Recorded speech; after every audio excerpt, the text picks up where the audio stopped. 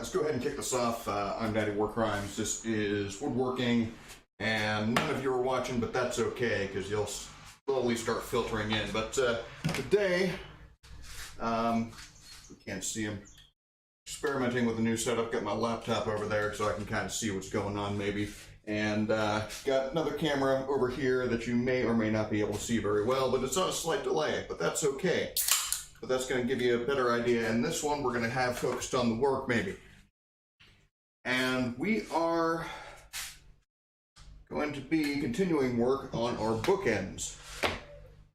So we've got, in past episodes, we've made some dovetailed bookends. These are not the best examples of dovetails in the world, but they will be suitable for this purpose. And now we've got some side braces that we made too long initially, but that's okay because we cut them down to size. And these are going to be fitted in there, mortised in very, very nicely.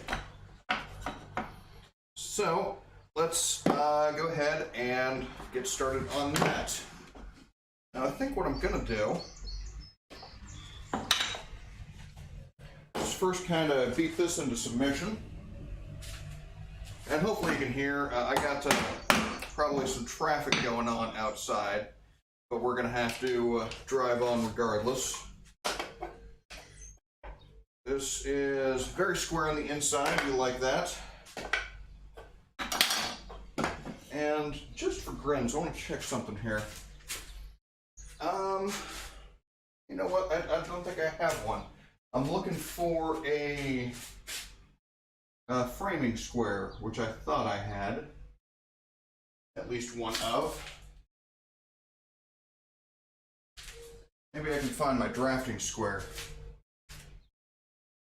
No? No, nobody's cooperating with me? Okay, let's just let's check on this.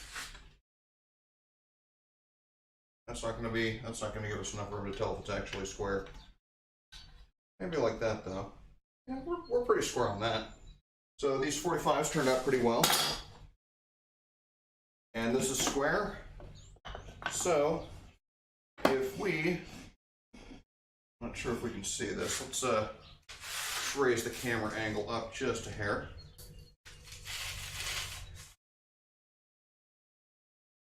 Knock you down, bring it down.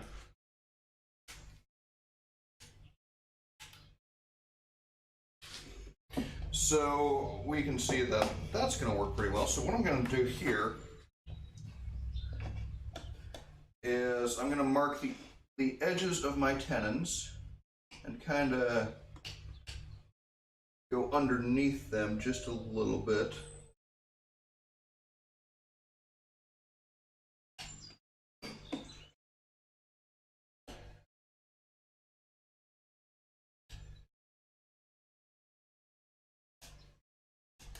Kind of reach underneath.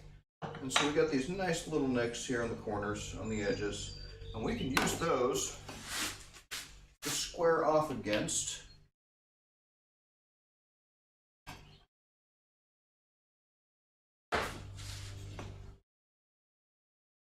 If I can remember where I put my square. There we go, and let's see.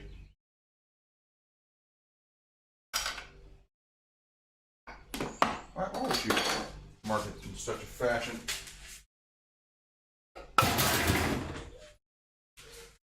Drop my tool holder on the ground.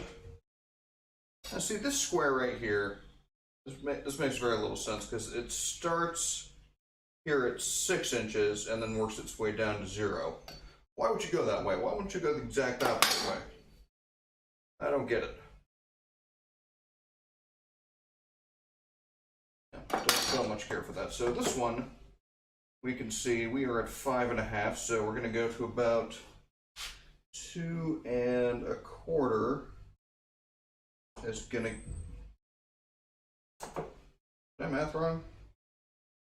Yes, so it's actually 5.5. And so if I go 2 1/4, right?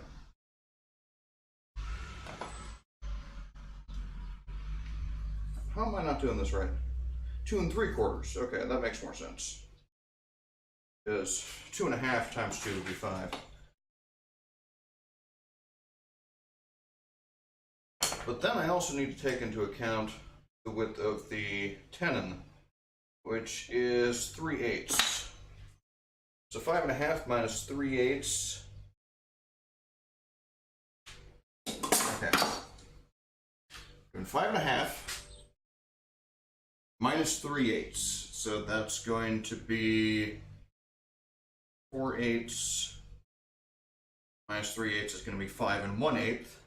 Divided by 2 is going to be 5 and then 8, so it's going to be 2.5 plus a 16th. So 2 and 8/16 plus 1/16, 2 and 9/16.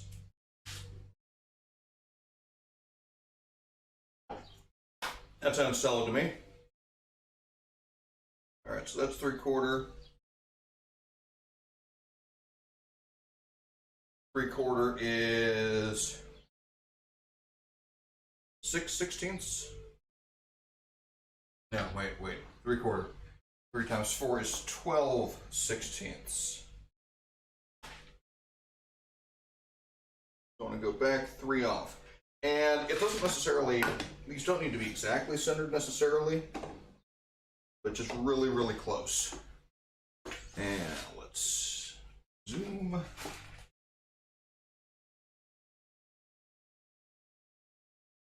So there, that's my knife mark right there. And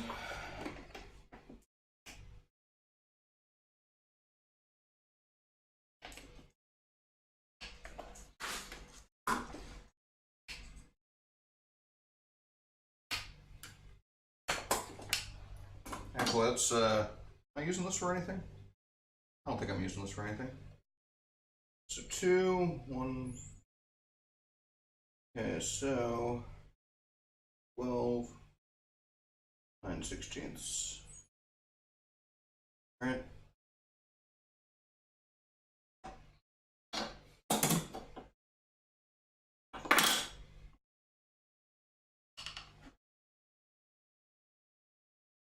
I'm only going to do one side of the tenon for now. Hey, you know what? Let's do this the smart way. Because I've got my mortise gauge here. It's already got the proper thickness for the tenon.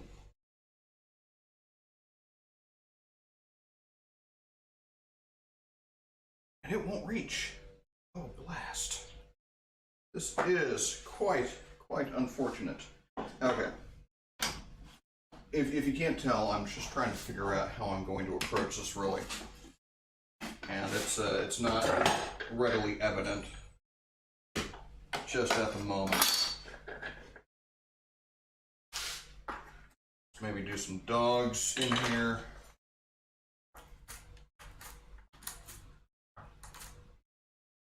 Maybe try and clean this out a little bit. Dog actually fits. This particular dog hole right here is right above my vise, so things don't just fall through.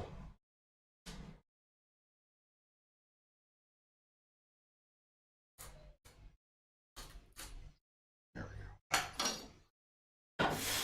That might be enough. Not quite. Come on.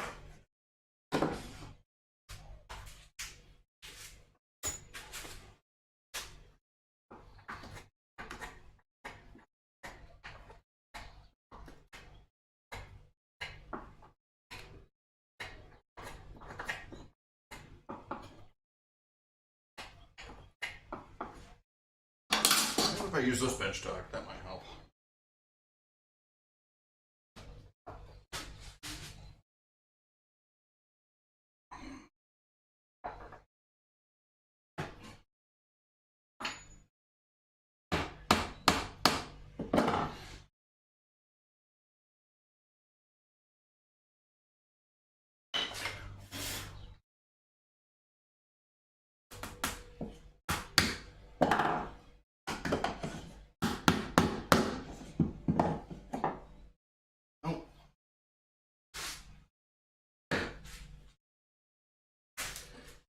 Just can't win today, folks. Just can't win. Looking for pliers right now.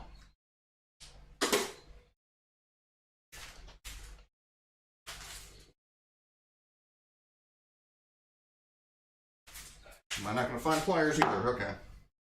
Now that's this is what I get for doing things I shouldn't have done.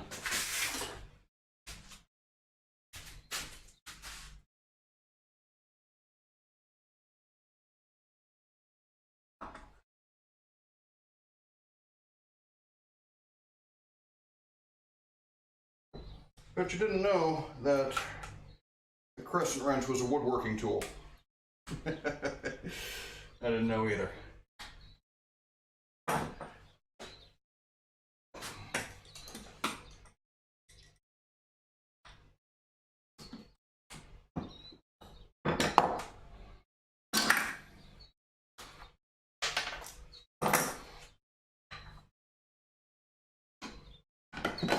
That'll work.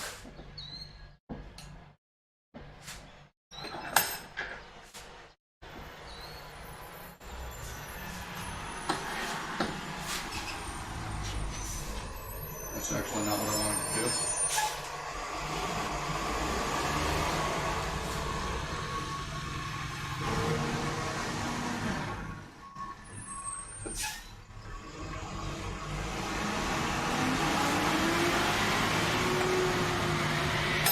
Okay, I'm going to go ahead and take this apart for now. Because for what I'm doing, it does not need to be assembled like that.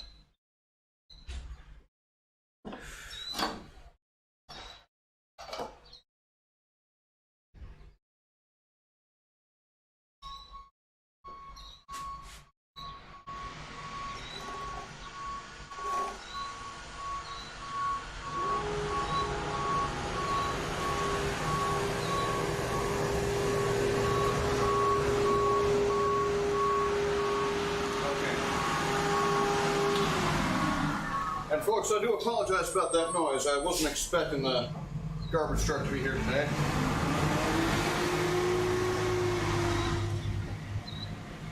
They normally come on Monday. And let's see. How well can we see that? So this is one side of the line. I may have to plane this down a little bit because we're going to have a bunch of marks that I don't like there. And so for this one,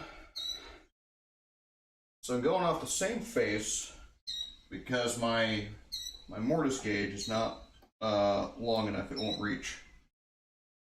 So I'm going to take my chisel, stick it on the line there, adjust my marking gauge.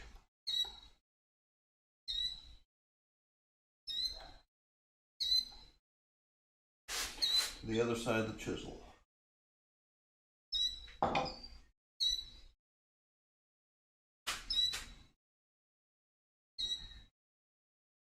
I'm making this up as I go, folks, so maybe it will work, maybe it won't. And make sure. So I'm doing this one. This is going to be, let's mark these. We are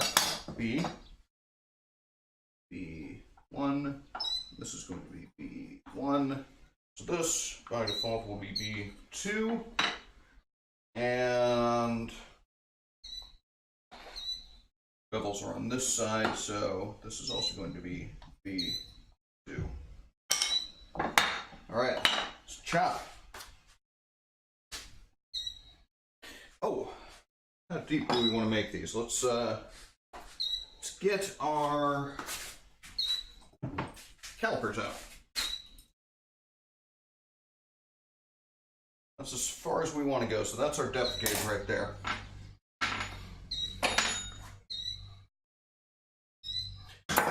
And I like to check my mortises kind of left to right and right to left. I don't like to go front to back, so that's what we're going to do.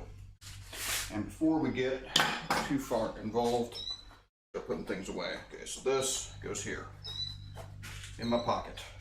This goes here All right, chisel, you can stay out. You can stay out. Mortise gauge, you can go over there. Crescent wrench, don't need you anymore. We having fun yet, folks? All right.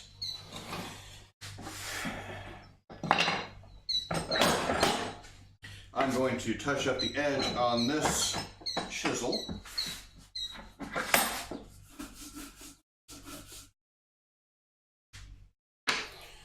And it's a 3/8 chisel because we're doing a 3/8 mortise because we made a 3/8 dent, because that's approximately half the thickness of our workpiece, which is 3/4. And the easy way to do that is simply double the denominator.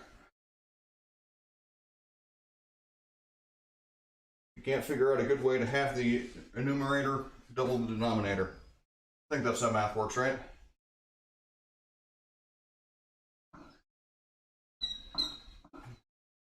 A nice polish on this bevel.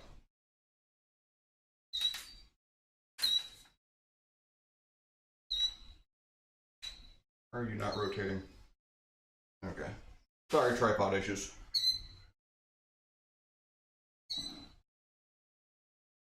I'm kind of favoring the left side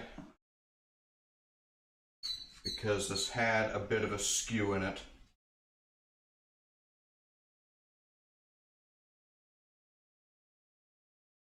Just want to get it back into square.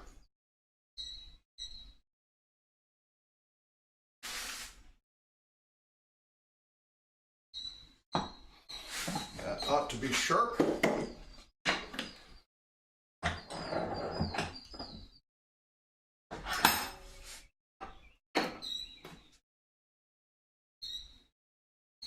Okay, I'm going to stand off maybe a little bit from that line. And a little bit more. That wasn't, no, okay. This is a really sharp chisel.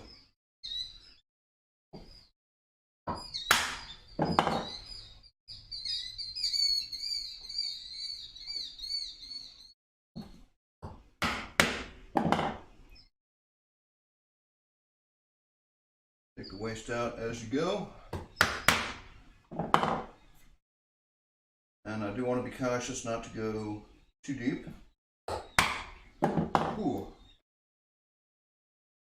I'm really happy with this edge. This thing's cutting like nobody's business. I think this might be the sharpest I've ever had a chisel.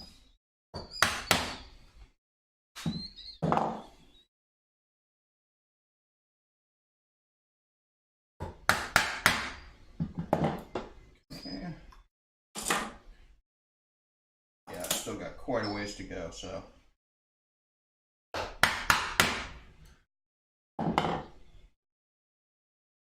And you can count the number of taps, so we're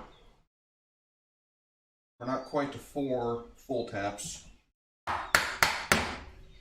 So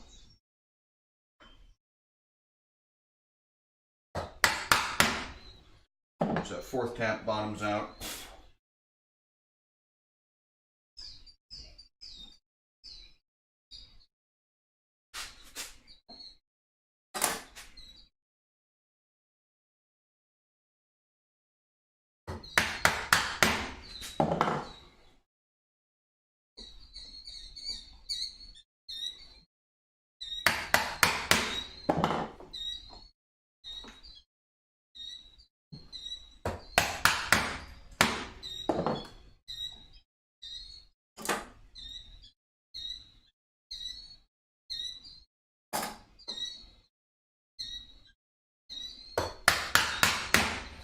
Aren't going to be through tenons, so that's why we're not going all the way through, and have to keep checking our depth. Approaching 5 taps, and once I get the proper depth, okay, let's do that. Let's stop at 5 taps. So whether it's cutting or not, we'll just always stop at 5 taps from the rest of the way forward.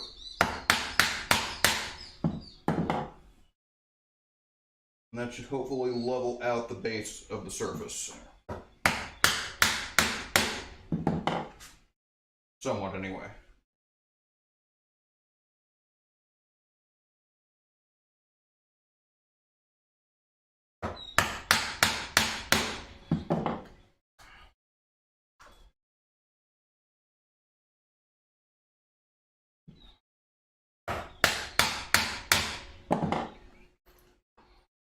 When I was doing this bench, they were massive double tenons. So the tenons themselves, there were two 3/4 inch tenons parallel side by side, and had to do two parallel mortises in the bench top. Well, I guess the bottom of the bench top to get those matching, and that was monstrous work.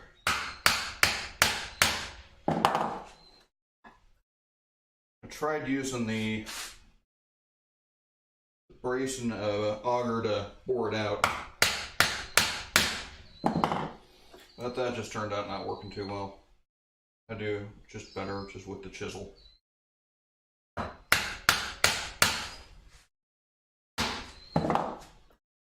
And hopefully everybody can hear me. It's kind of hard to see.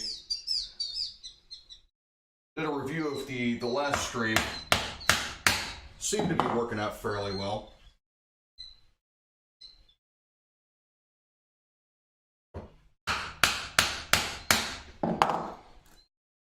Except for the repeated disconnections.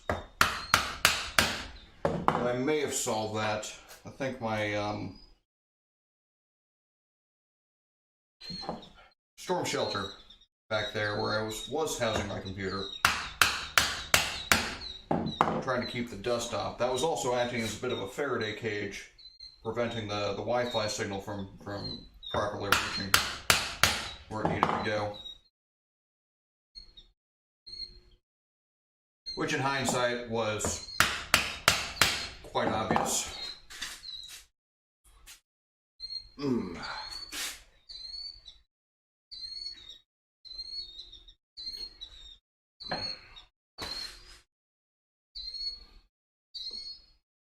Alright, almost to the end of my mortise here.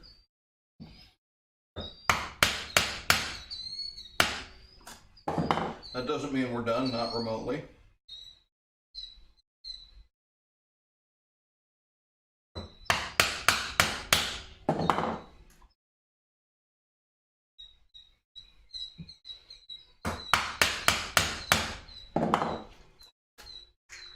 Alright, so let's see if I can find my tool here.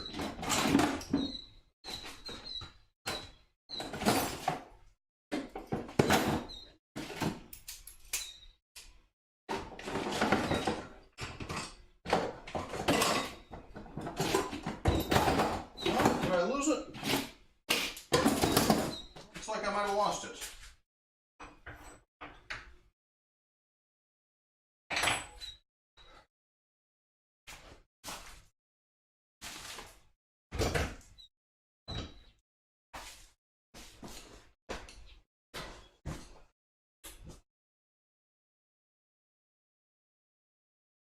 My pockets just in case.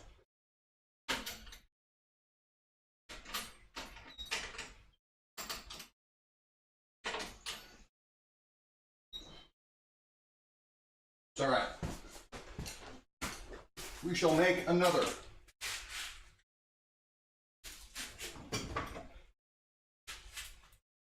Just want to triple check, make sure I'm not overlooking it.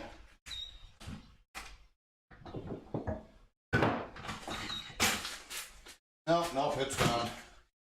Okay, so what we're going to do here is actually, we're not wanting to do this over the workbench.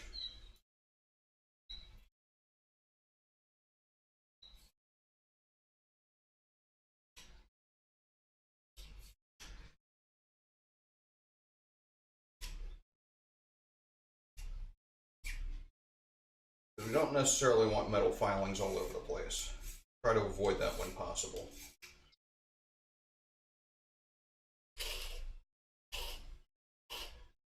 and introduce maybe a little bit of a bevel here.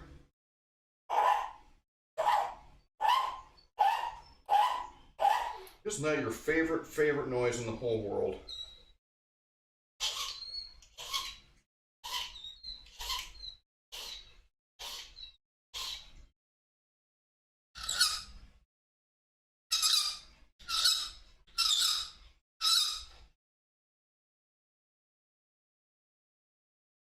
That might be close to sharp enough. Well, let's go ahead and get our coarse diamond plate.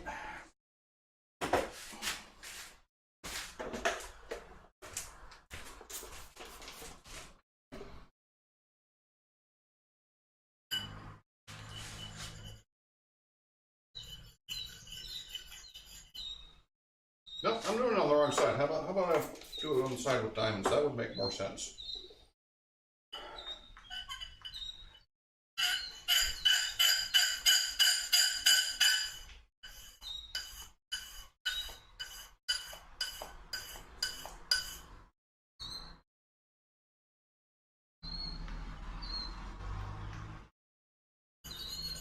And we're just making a very coarse cutting edge here.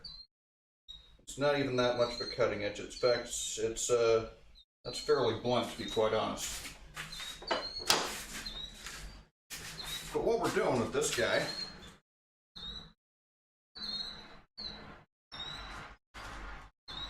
turn this wrong direction. What I'm going to do is just kind of scoop out chips that I left in there. And you could do this with a smaller chisel, but why dull your chisel?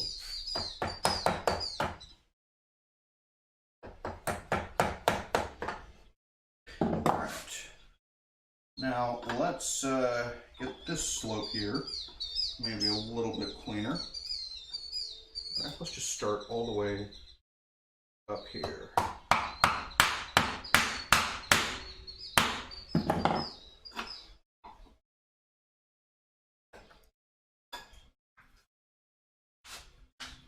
Go, and now let's make these walls a little bit more vertical.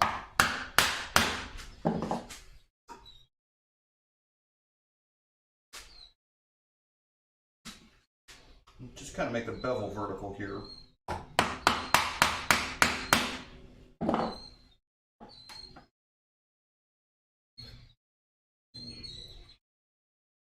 And on this side too, we can make a little bit of a dent in this wall.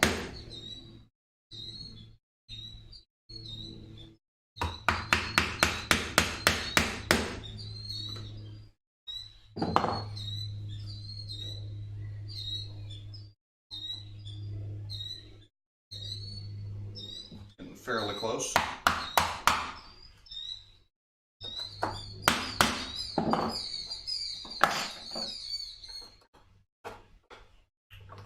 Birdies are not too happy today, it doesn't sound like. Or perhaps they are, and I just don't understand bird language. They're sure making a racket, though. Alright, this is bothering me a little bit, so let's see. There we go. Little oak wedge.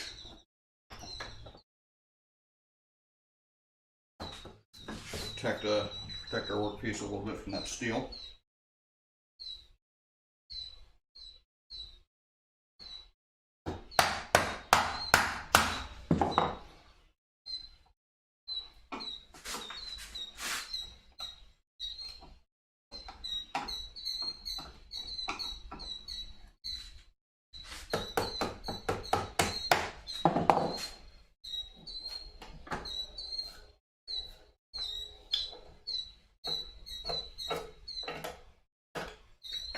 See how we're looking on depth. You do have good ways to go, so we'll do some more chopping.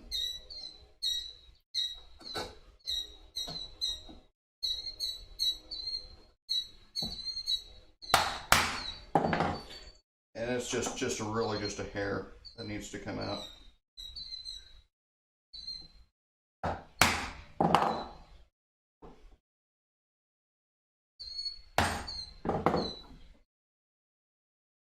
And we can just work our way along. So we'll tap, create a slight relief cut, and then plow that away horizontally.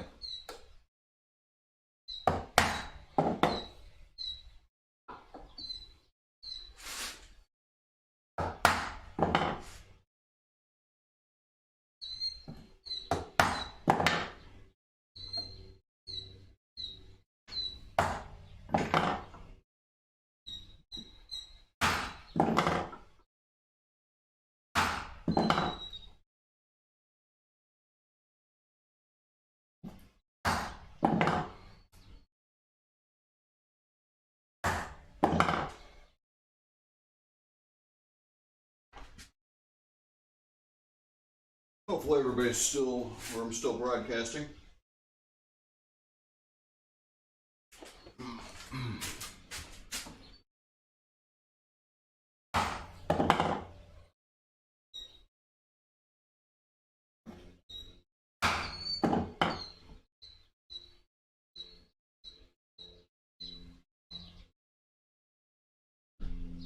I'm still not to my line on this end.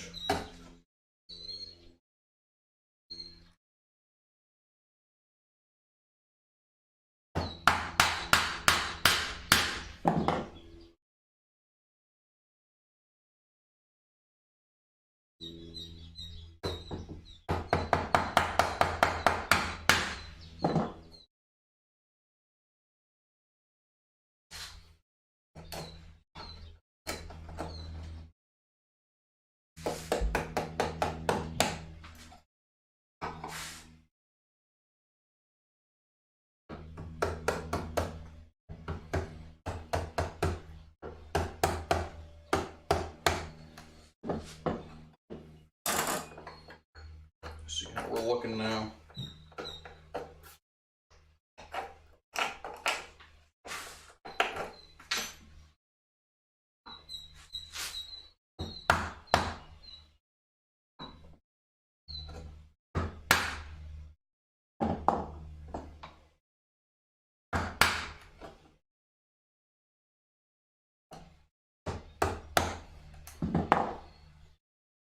I'm going to need to tune up my cutting edge here for just a second.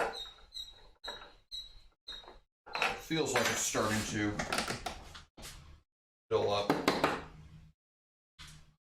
And on to our initial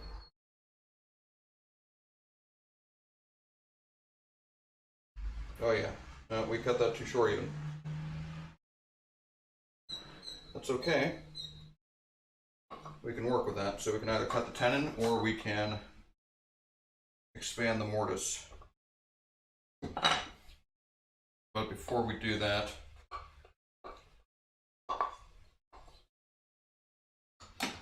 absolutely need to see which direction we want to go in. Because otherwise, the second tenon might not fit.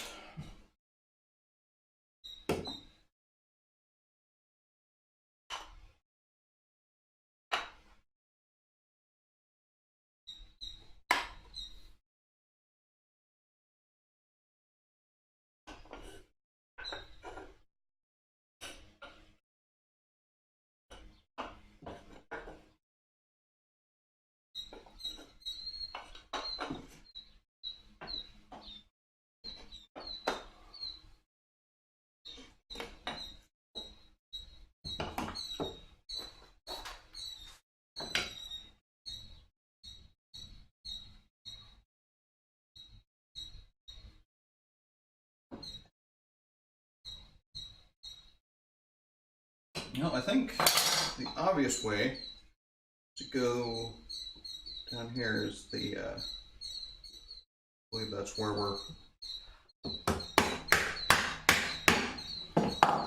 missing a little bit. Cut that out.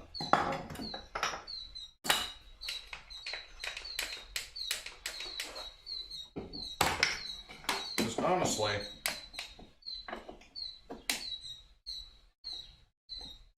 the lines are still lining up.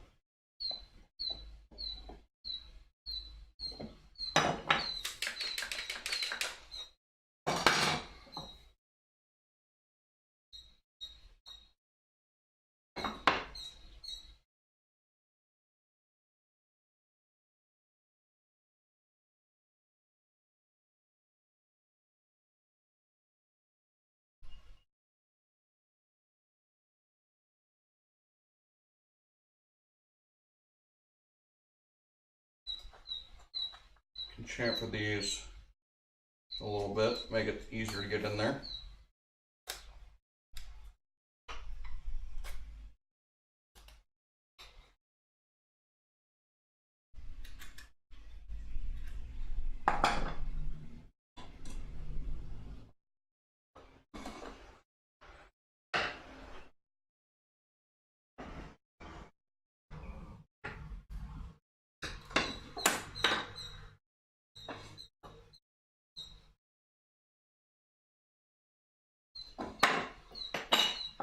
Alright, I think maybe another cut right here.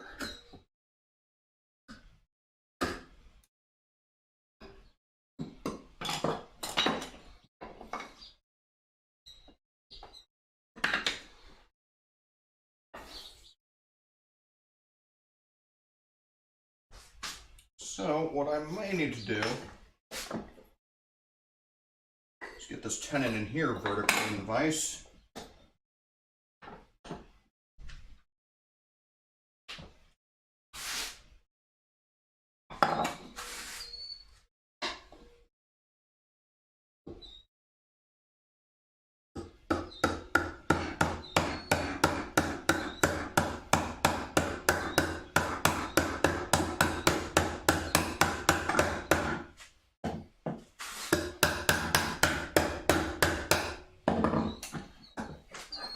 Okay, we are not quite getting in there.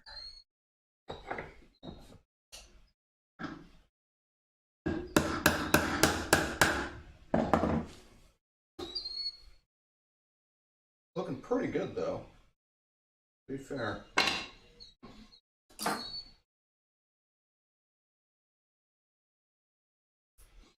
I don't think we're quite deep enough.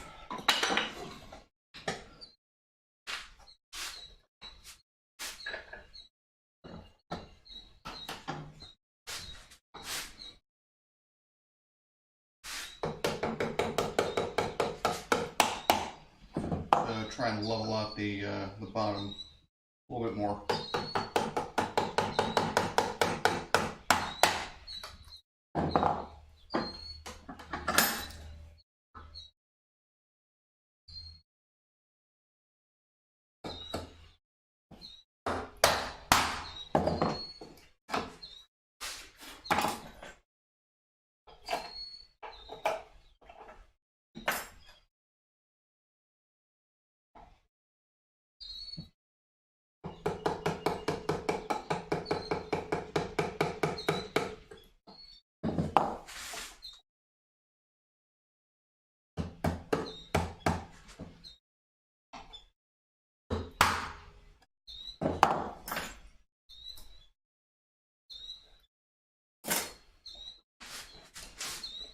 Not quite.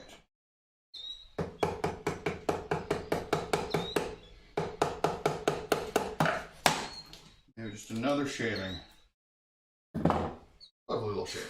All right.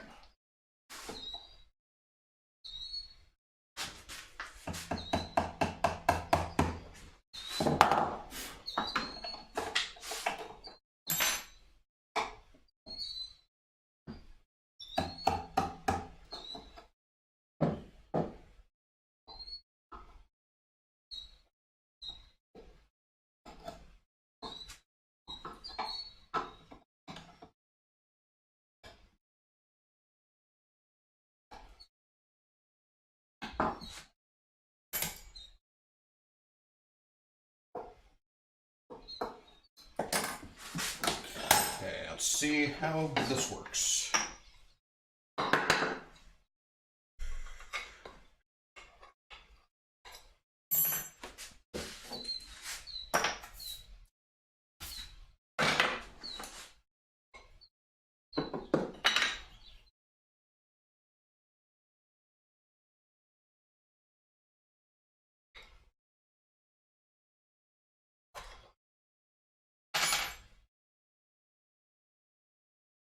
At least so far, haven't had to worry about fitting the width, I don't think.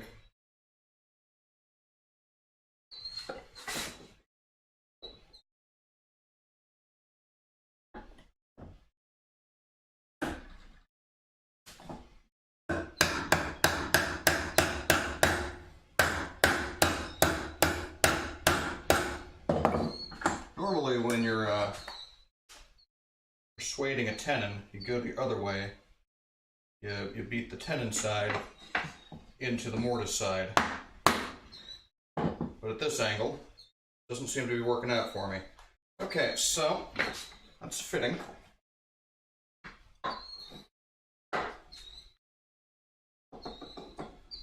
So now we need to do mortise B2.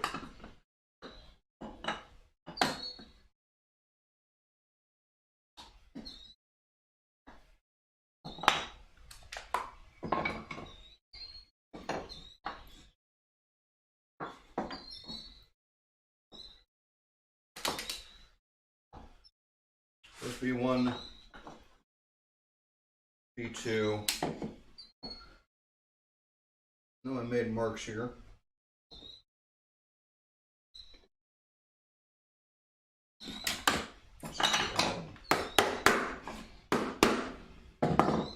That properly adjusted.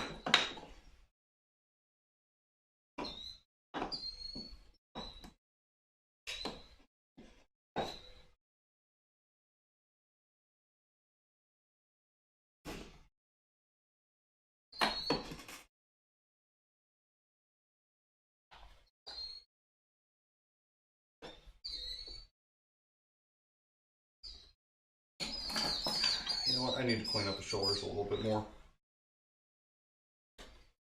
That's going to bug me, so I got little ridges on here. Not sure if you can see,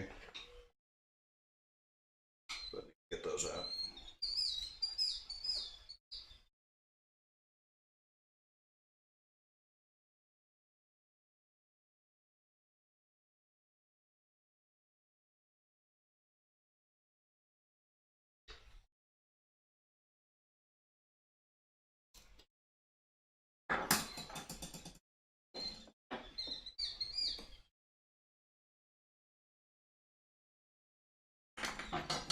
Are we square? They're not square. It's part of the problem.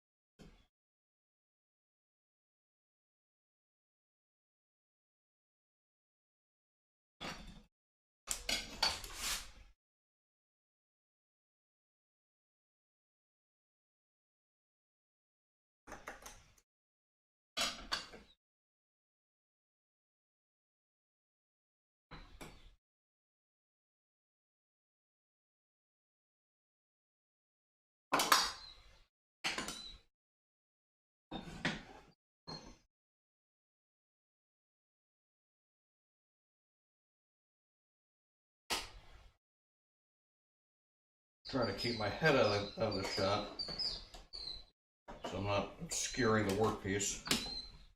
It's becoming a bit more difficult than what was originally anticipated.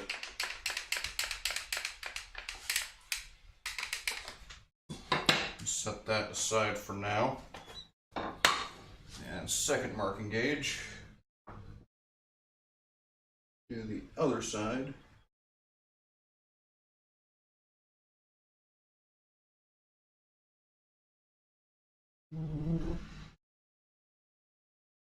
And this mortise, the marking lines actually should be covered up by the rest of the workpiece and the rest of the wood. So like the cheeks of the mortise or the cheeks of the tenon.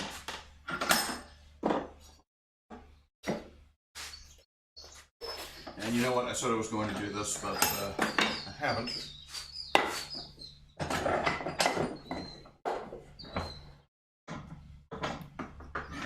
Touch up on this bevel here.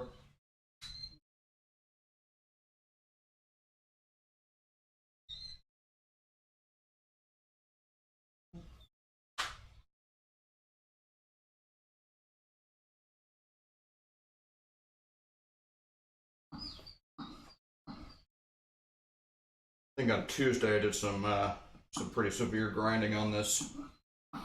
Try and get the edge back and square. And also to get the bevel a bit flatter. I think I have a tendency to round over the bevels.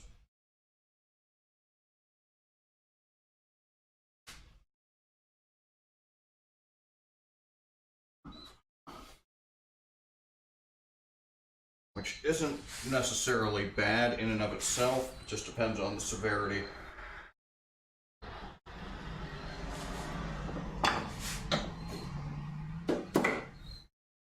And it definitely wouldn't be as bad as if the roundness was, you know, more consistent, but it's not.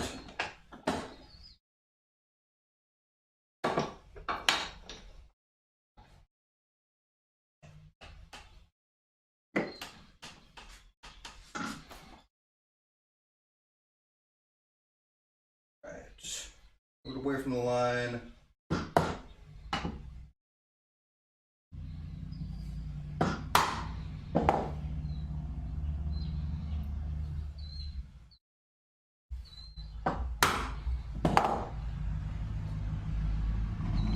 Red oak is not my favorite wood to work with. That is for certain.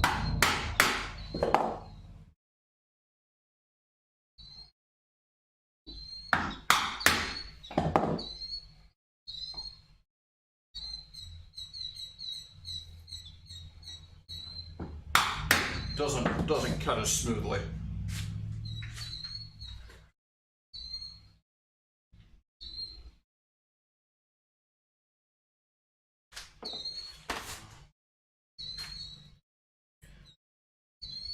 But it is a strong wood. It is a hardwood.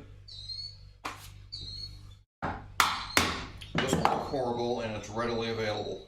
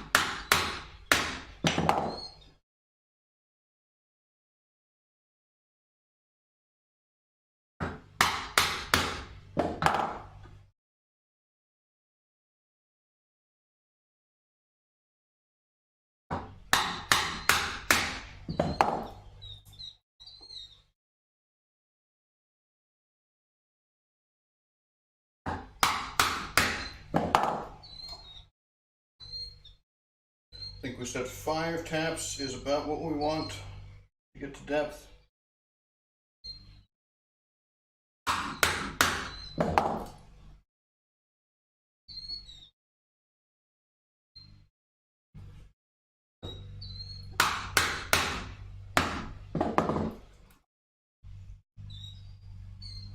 Yeah, so we're a good ways off from that.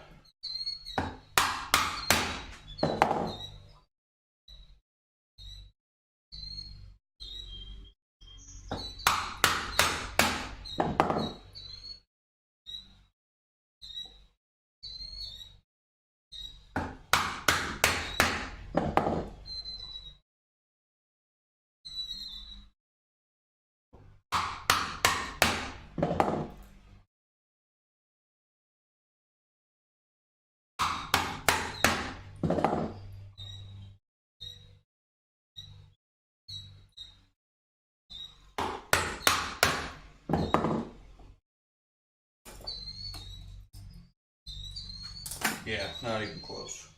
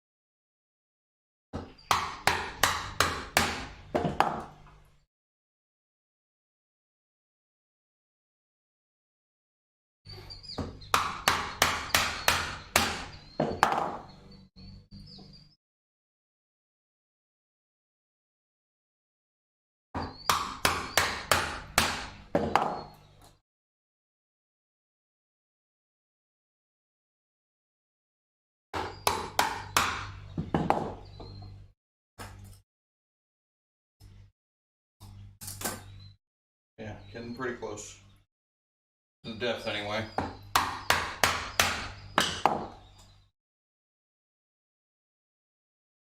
Obviously getting to the end of my length here.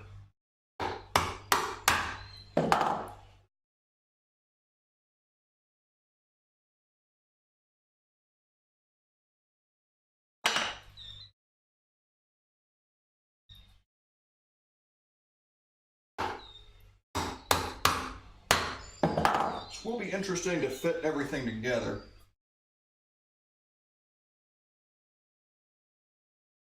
Trying to align 3 joints at the same time.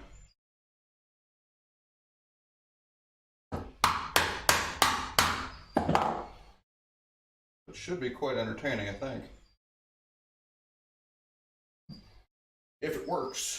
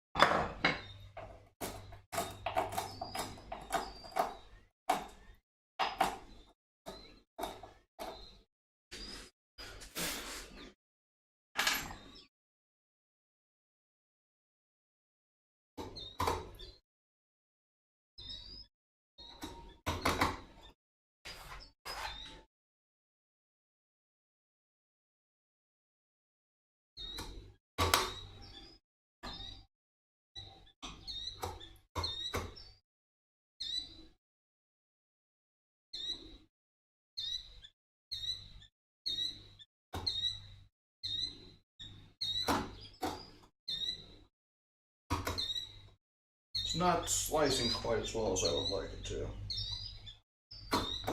You can feel it kind of slipping, and you guys can probably, might be able to hear it. I don't know. But it kind of goes 1, 2, 3, kind of slips in there, so it's not making a really clean slice through the end grain like you would like. Which could be maybe variances in the wood, and the fact that the chisel is not quite as sharp as you might like it. Alright, so we just chop the other direction here, so I've turned the bevel around.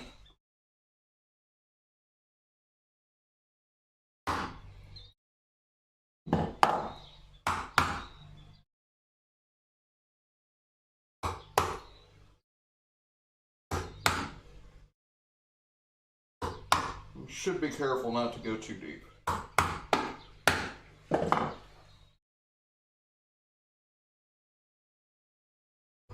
Which is kind of easy to do.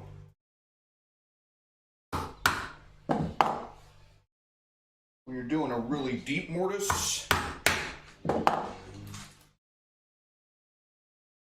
like I can chop all the way this way. It's going to give me a nice little ramp, a nice even kind of slope. Just based on, how far the chisel can cut, or it runs out of leverage.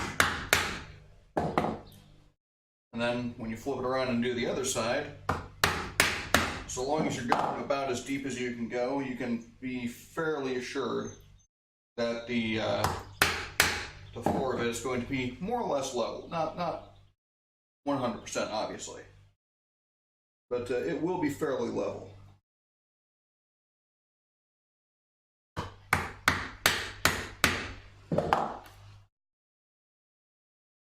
When I was doing the tenons or the mortises for this bench, fairly deep mortises, so I had to go back and forth several times just to get the right depth.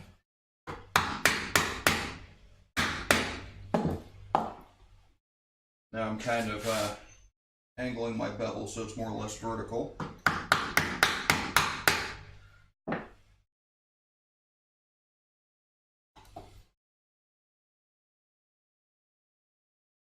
And almost to my stopping line.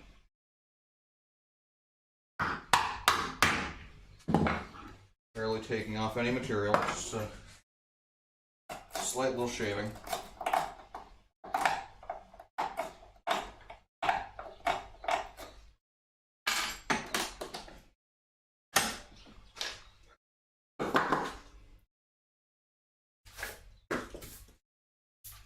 Wanted to keep that.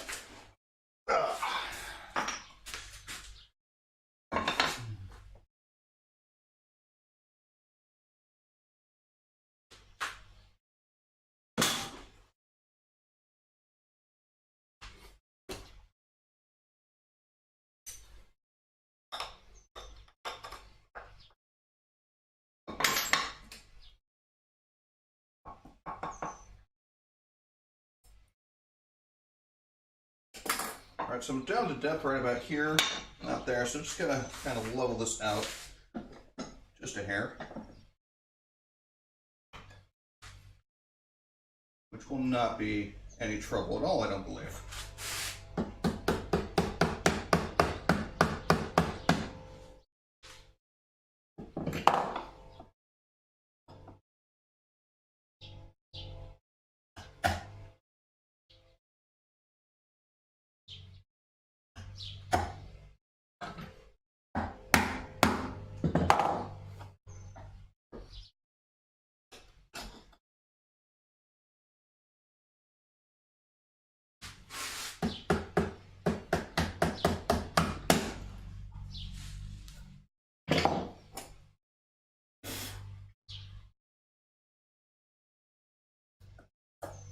Now we are to depth.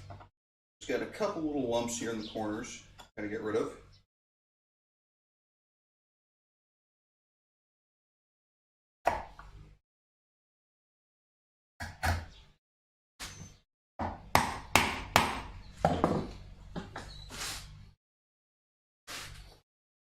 Make sure not to stand in front of the blade.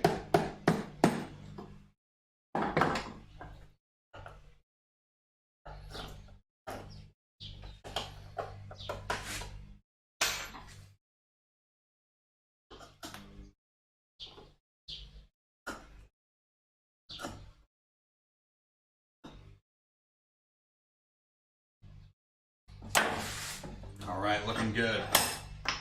Let's do some test fitting. And oh boy. Yeah, we're a ways off. I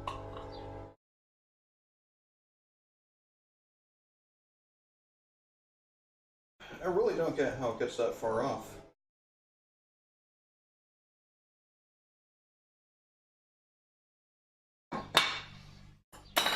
Yeah, this one, I think I want to go top. Now let's go ahead and do it the proper way.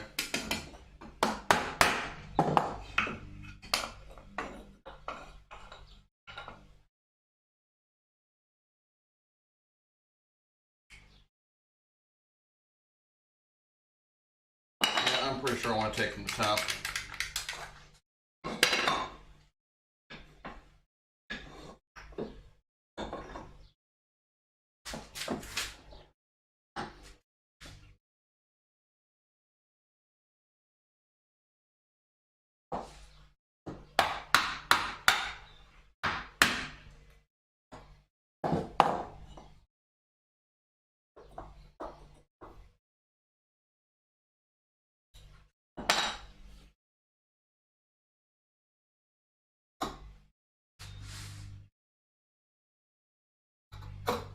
Bottom doesn't seem properly square. That's why I'm cutting it from it now.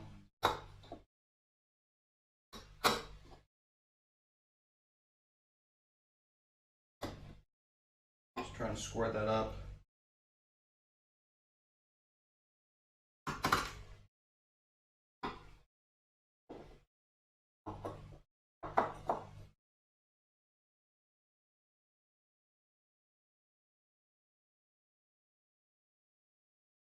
Do want to take these edges off.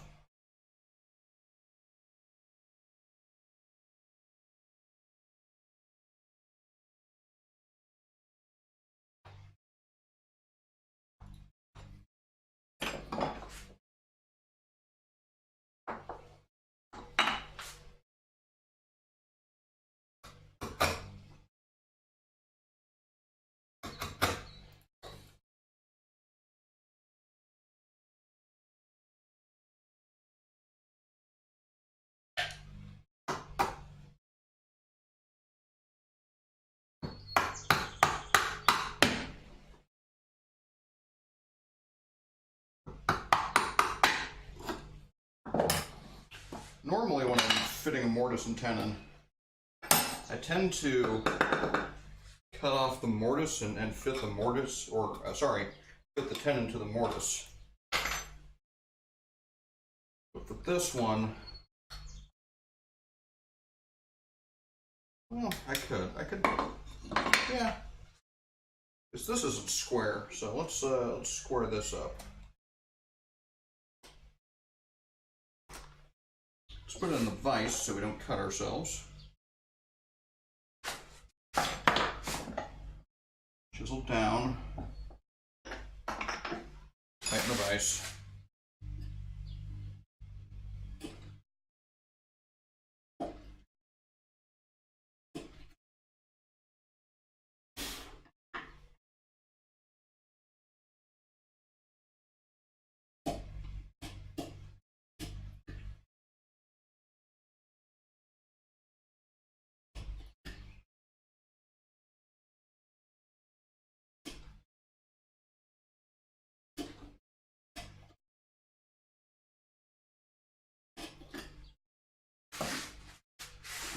Might make it fit a little bit better.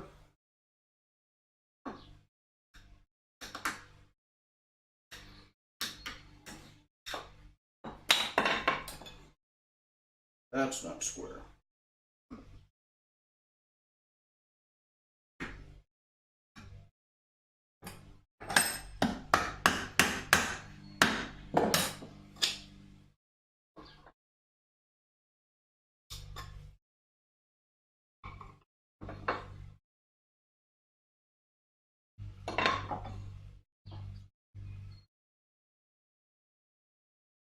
Oh, that's left right there. All right. Let's see what we can do with both of them. So pins are going to have to slide down there. So we're going to do B1 first. That and B1's a bit of a tighter joint.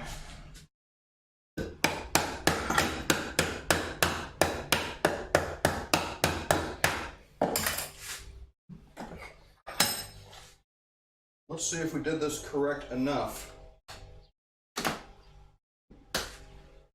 Oh man.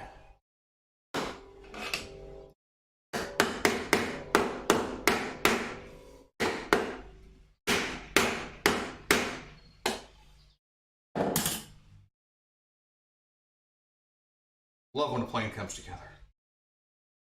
Now, I could go ahead and glue this up, but I don't think I want to do that just yet. I still think I need to do a little bit of experimentation with these. So I'm going to set this aside for now, and we're going to move on to A. And A is the prettier of the two as far as the dovetails go.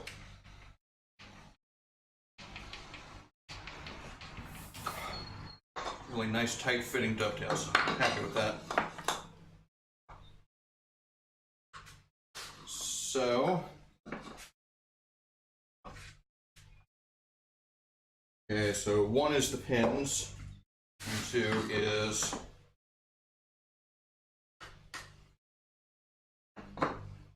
the tails.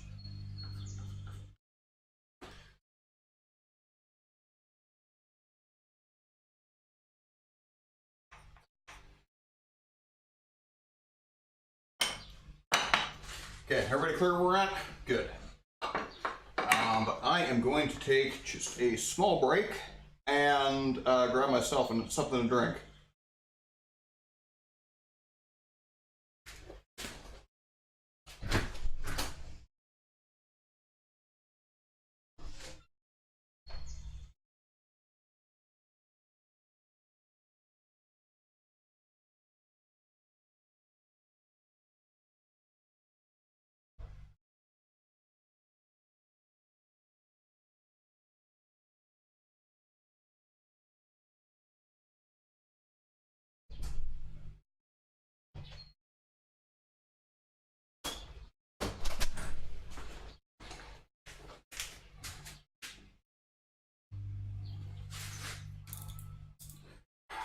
Flavored water is a wonderful thing.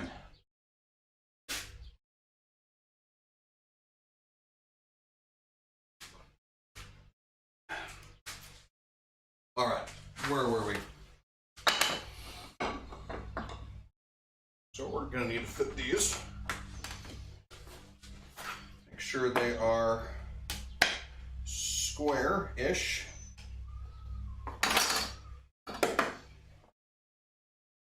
That's 2, this is 1. Okay. Nice little mark underneath the tenons. This is part of what's messing me up, is some of these tenons are flared out at the top.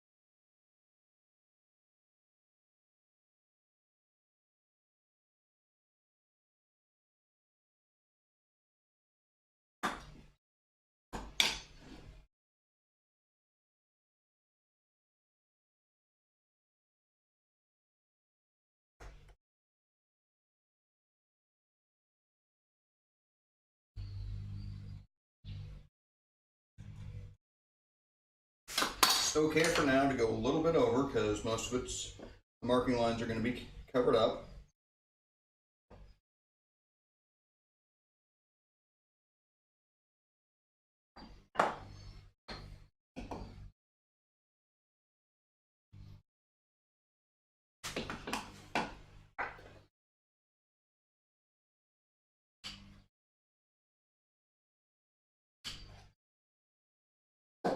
Okay, and how about use?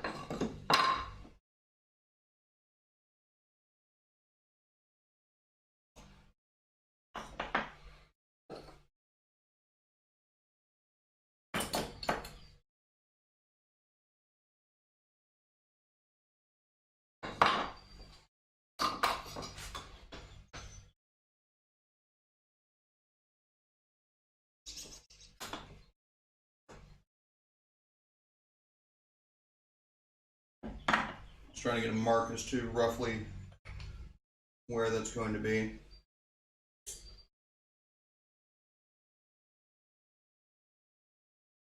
Okay, there's one. And there's my other nick.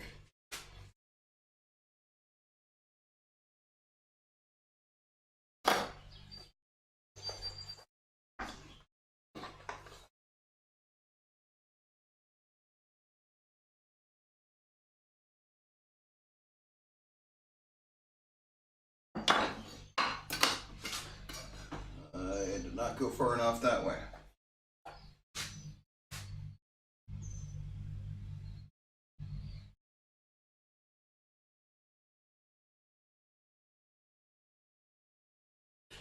There we go.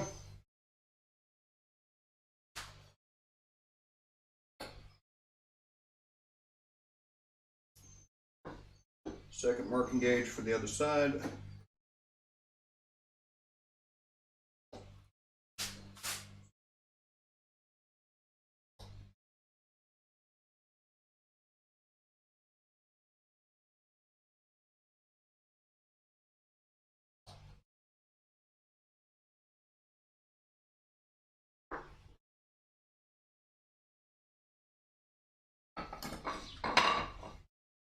All right. Now I have 2 mortises marked. Let's do A1 first. Why not?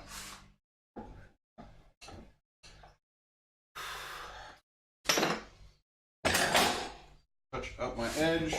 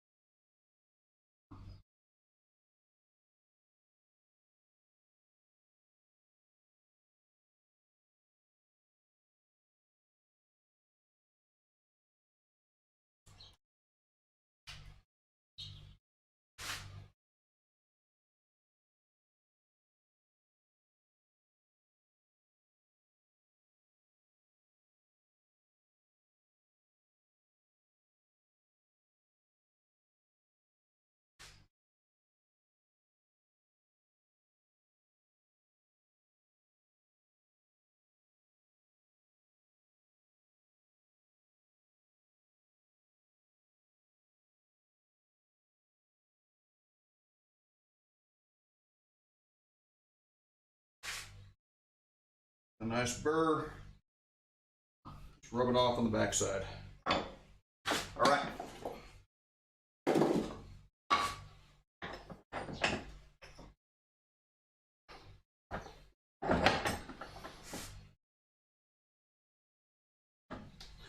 Now, I don't know if anybody can see this other than me, but I can see it fairly well. Actually, you know what? Let's maybe turn on some lights.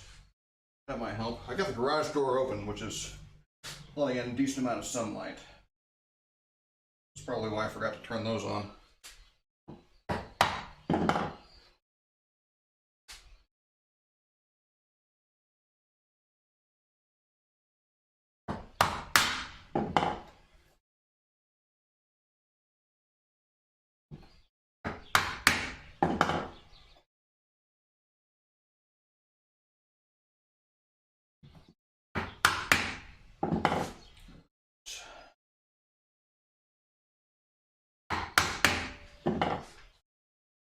Just about a 1/16 of an inch. That's all I'm moving this. So it's a fairly slow process, but it is a process that works.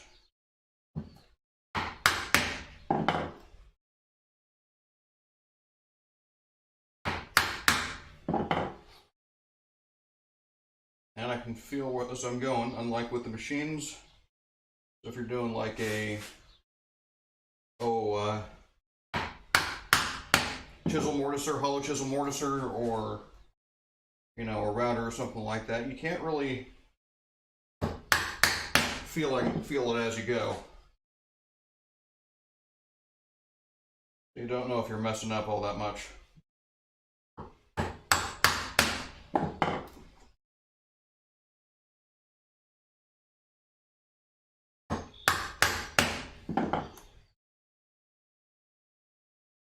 Can't stop in the middle of your cuts and check your measurements.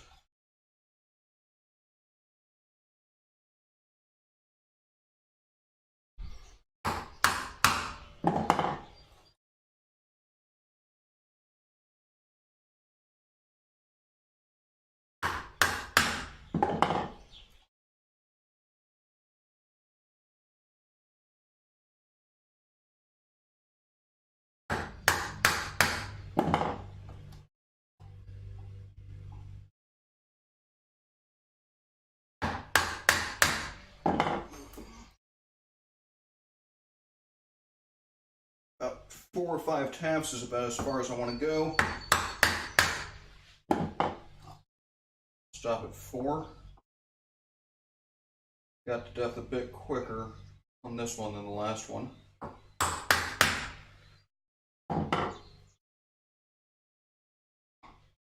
Maybe. Let's double check. No, we're not there yet.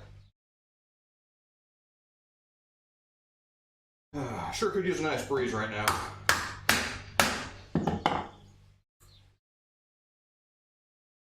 But yeah, I'm not, despite all the noise that's going on in the neighborhood, I am not closing that garage door.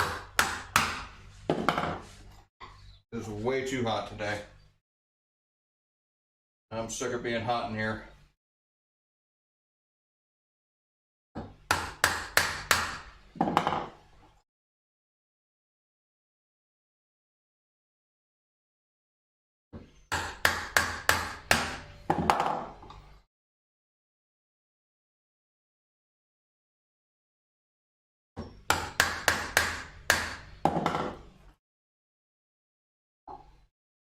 There we go, that's depth.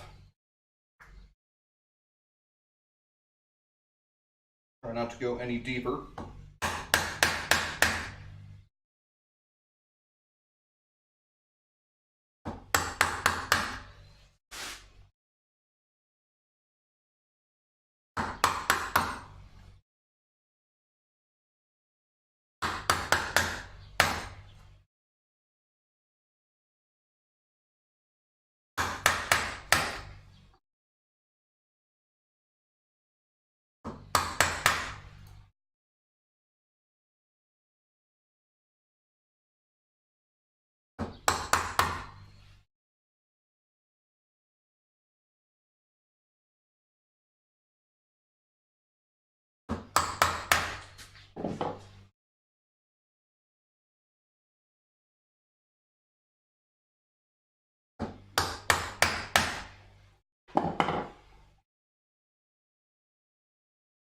Chisel is starting to get a little bit warm.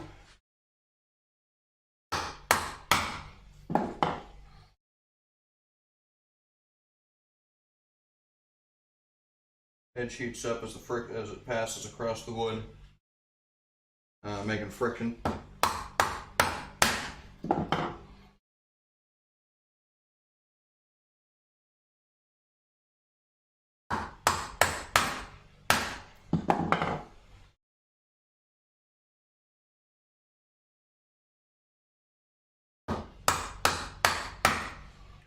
Even with hand tools, your blades can get pretty darn hot sometimes.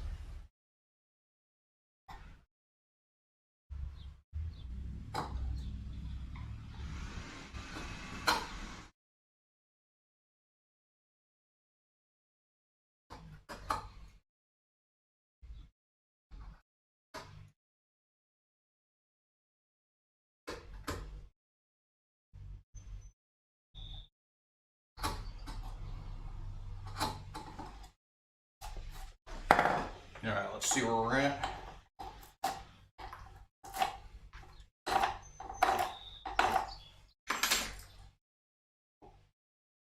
Okay, we are to depth right about there, but really nowhere else.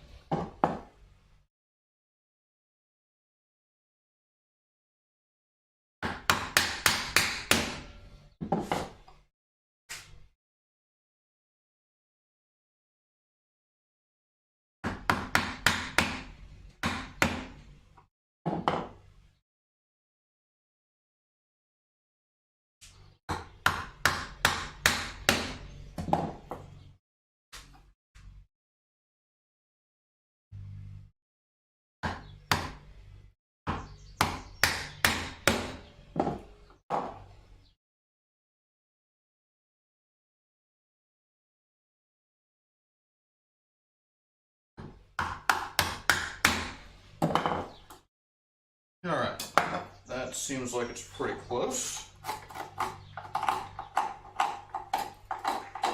Just double check depth here. Yeah, still a little ways to go, but close.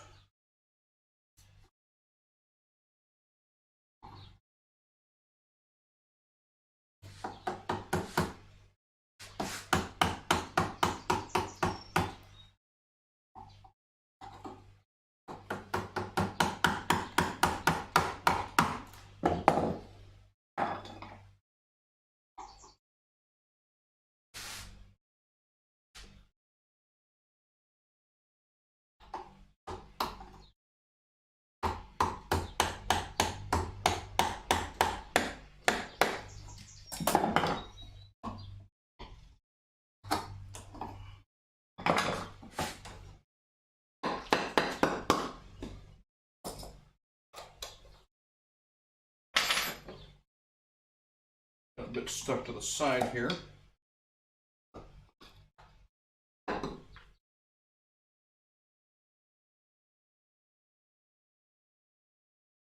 Fuzzies, we cannot abide them. And this is A1, right?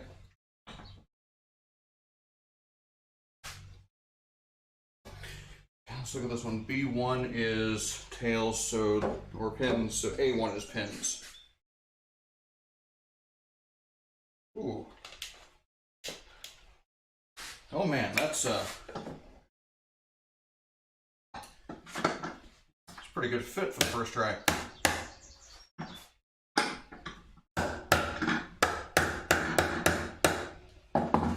Not quite, we were hung up somewhere.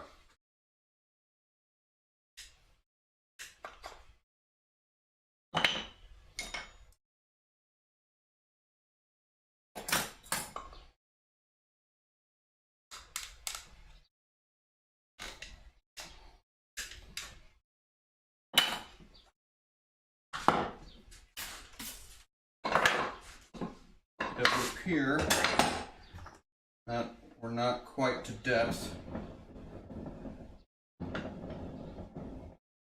on the top end. And yeah, I can see a bit of waste that I haven't got out.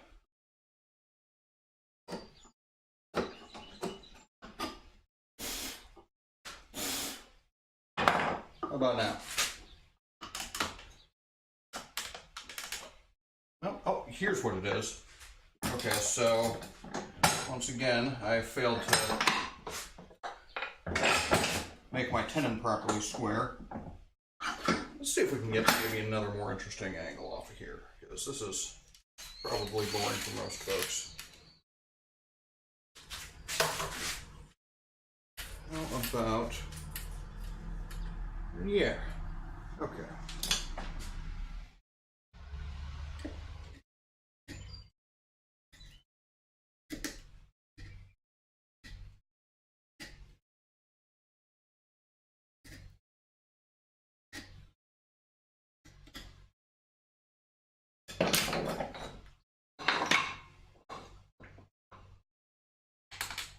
Oh, that is lovely.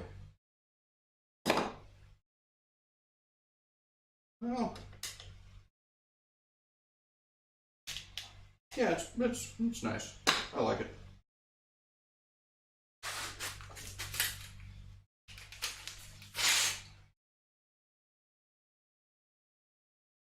All right. A little bit of strap. And then to A2.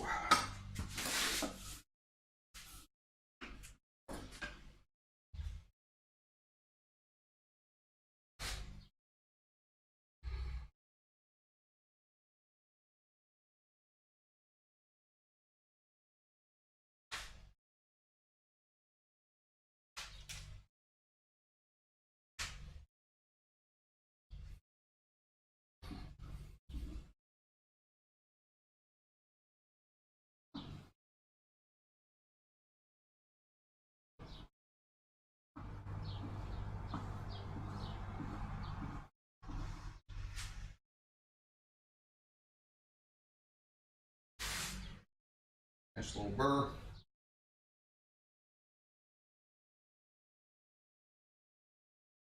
Alright, A2.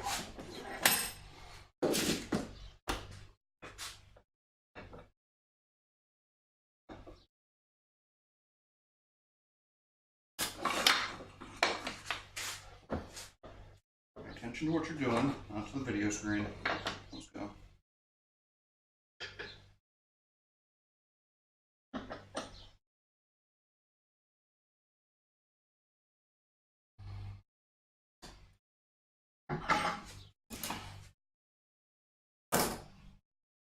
So my local woodworking club issued a challenge the other day for doing inlays. And there was a bit of a class on string inlays, which is pretty dang neat. So I thought I might give that a try. And that would also involve making a scratch stock, which I think would be a useful thing to have around.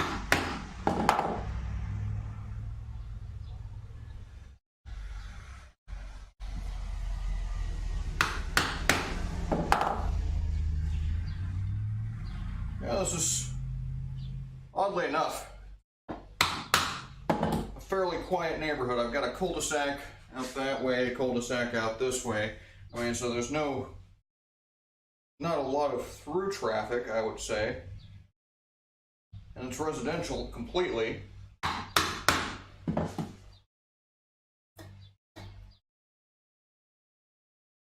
Nearest store is, you know, about a mile that way, and not like people would be driving through to get there, so kind of surprises me how much traffic we get on this little quiet street. Don't bother me none, though.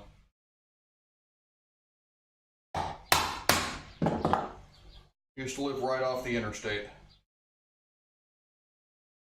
That was noisy. That was very, very noisy. That's one of those things you eventually get used to it, kind of like trains.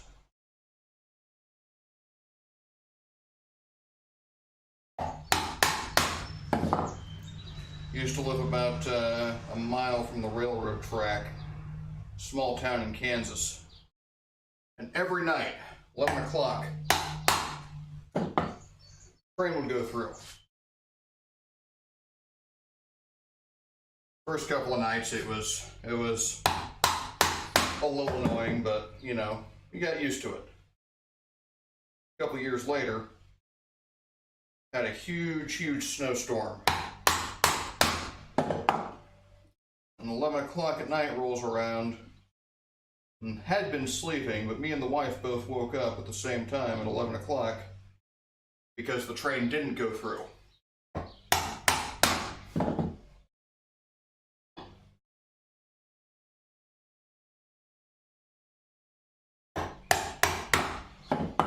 Kind of weird what the brain does.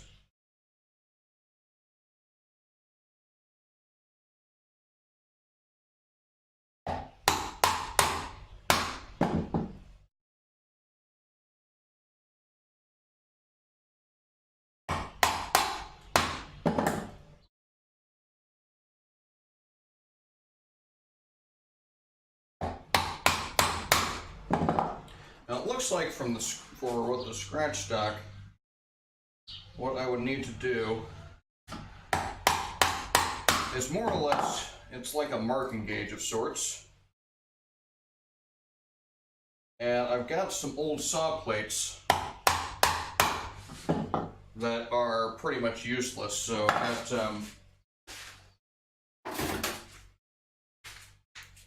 this guy, if you can see, has got a bit of a warp to it. If I can, yeah, kind of wavy back and forth. I bought this mostly for these screws, but I could probably take that plate off and make a cutter out of it.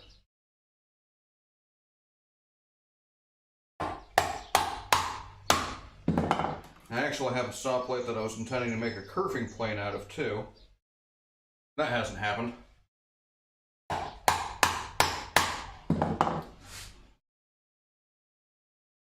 And of course I've got my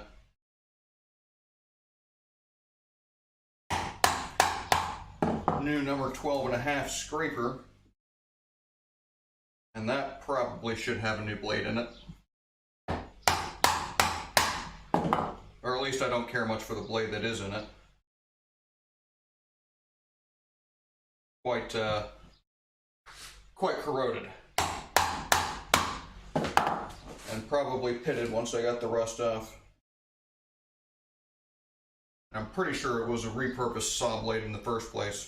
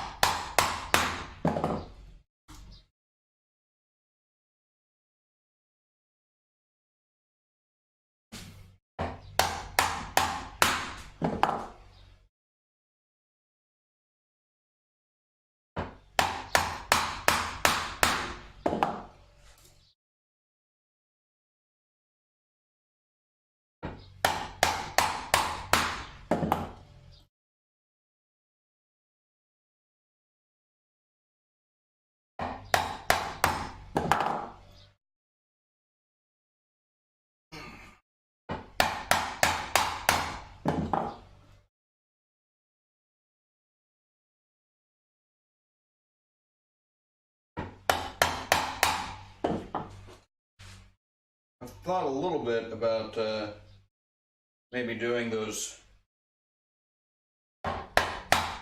string inlays on this oak piece right here.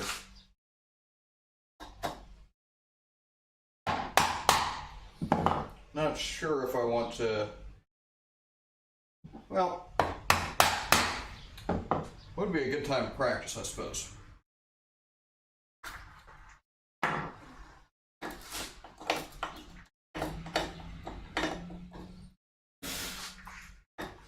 As this is not a crucial piece, this is mostly see if I could do these angled tenons, which, surprisingly enough, are a lot simpler than I expected.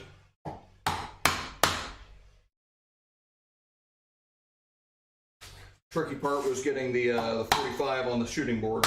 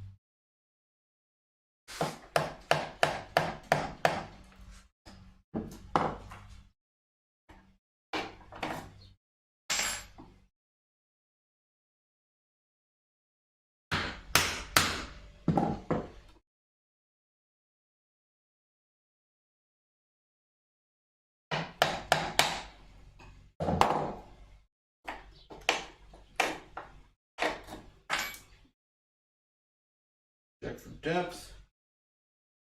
Oh boy, we're actually doing pretty good for depth. Small little problem children right here. A little bit right there, but no biggie at all.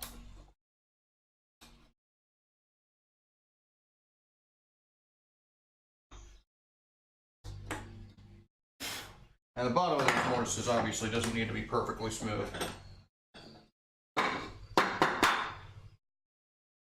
Friction along these sides is going to be the main source of the strength of the joint. A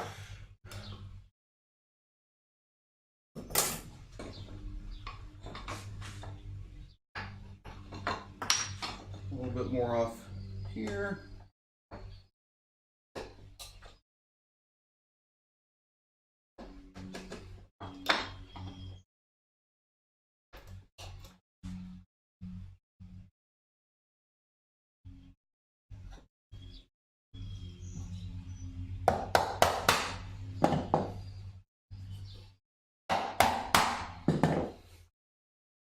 And also don't care necessarily all that much about these being completely straight or flush with the tenons, because the strength, again, is mostly from the sides.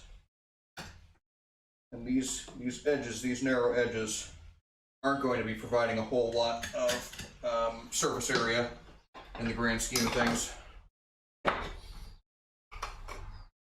So it's more or less okay to neglect them. How are we looking? I really don't know how I'm getting this far off.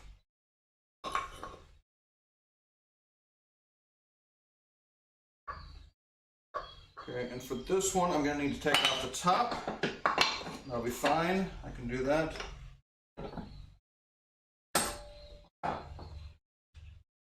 Make sure I'm looking at this right? B2.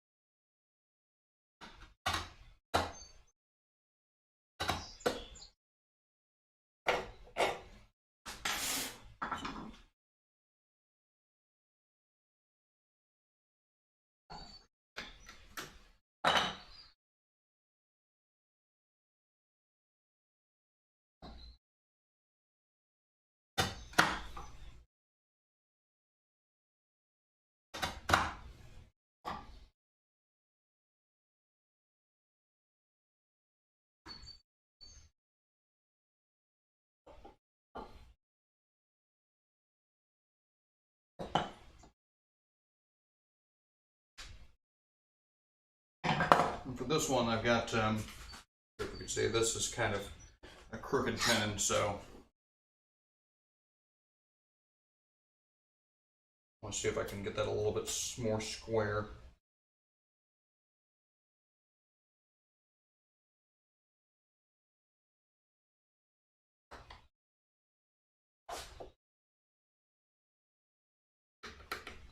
That should probably fit if I hammer it in.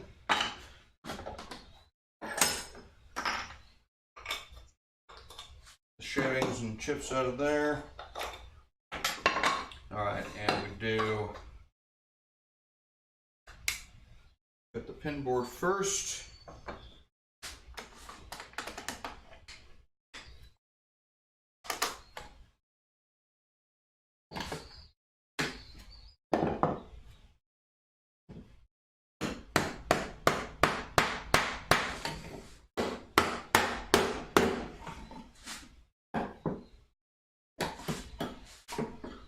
Okay, so I'm not going to be able to get this in the vise like that. Let's find some 2x4. Will you be my friend?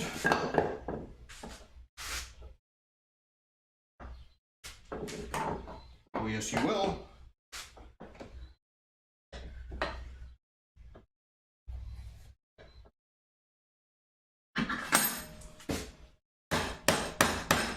Oh, yeah.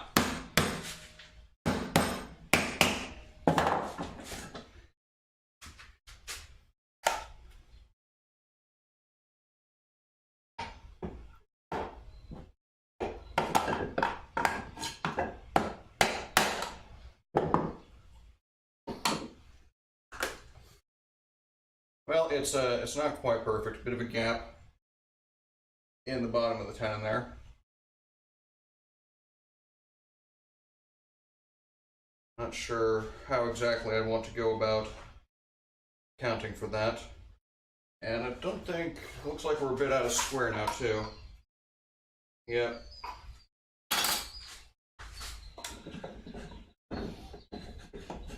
Maybe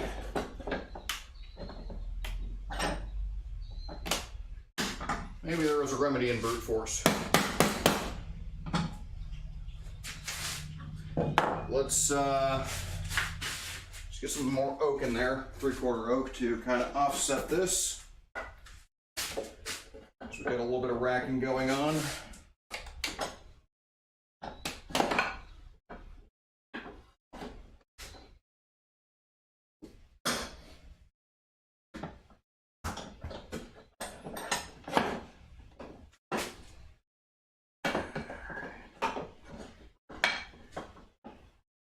Anyone who says these metal vices don't rack is lying. They rack a good amount. Okay, nice and tight.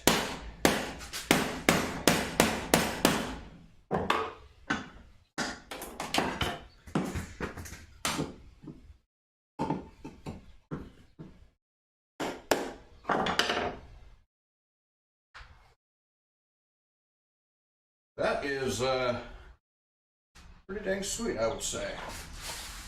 So let's get these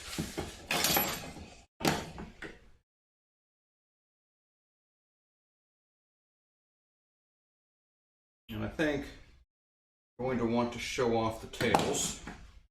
So we'll go like that.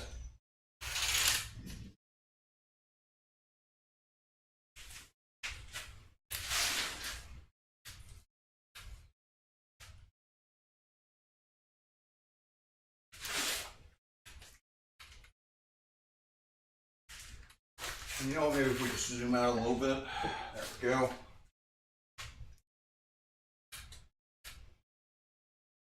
There are our lovely bookends. Let's get that on Instagram.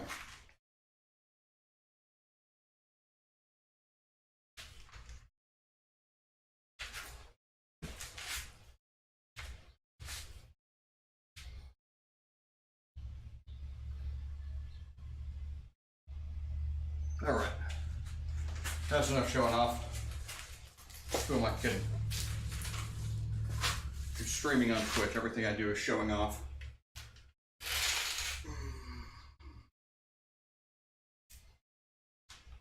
All right, we can set these aside for now, and let's see if we can't come up with a plan for a scratch stock.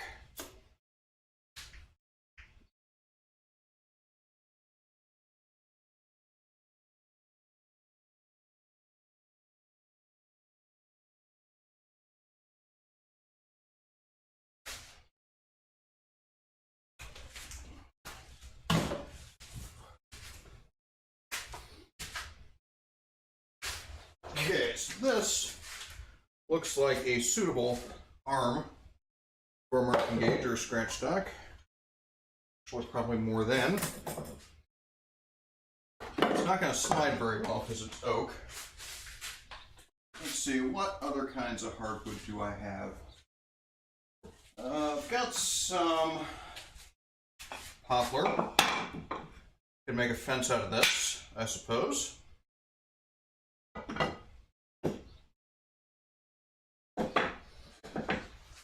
Do have some walnut up there. Don't really think I want to be messing with that just yet. Maple would be nice. I don't have any maple. Well, let's do this. Let's just go ahead and start by cutting this to a roughly appropriate length. And how about we go there?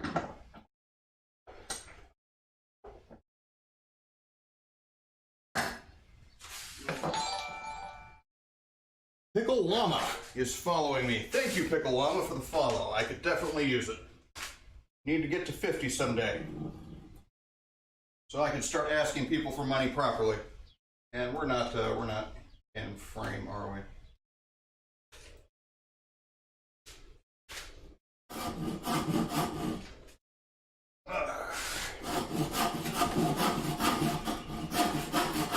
Well, I'm glad you appreciate it. I appreciate you. It's always good to have somebody to talk to.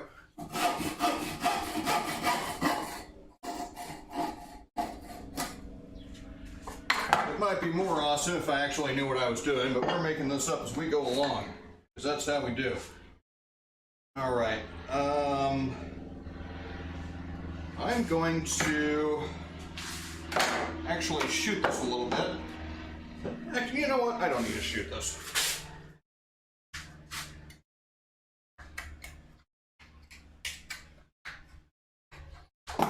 Here, let's do that.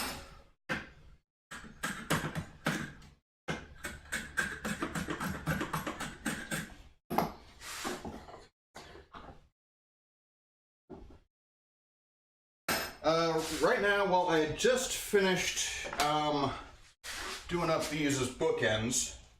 So dovetail joinery there, mortise and tenon at a 45-degree angle. So mostly just to practice on the joint. Joinery is my thing, just making wood fit together in ways you would not expect it to. But I mentioned earlier, my local club is doing a challenge where we're supposed to make inlays. And in order to do inlays, I need a scratch stock, which is just very similar to a marking gauge, except it's got about a 16th inch wide piece of blade to cut a groove, consistent length from there. So, and then we glue wood inside that. So, thinking just a kind of a square line around there in basswood. A little bit of contrast, a little bit of decoration is the idea. But yeah, scratch stock. That's what I need next. Trying to figure out how to do it. I've never done it before, but that's pretty much the way of things here, is we don't know what we're doing, so we try and figure it out. All right. I'm tightening this the wrong way. That's why it's not working. Now, I just had a piece of oak here. Somewhere. Oh, it's right here. Get a little bit of a chamfer, make sure these are not going to break off.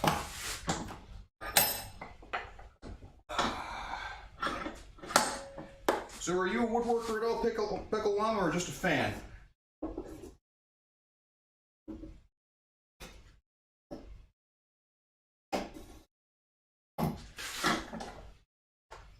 Or do you do creative things of another sort entirely?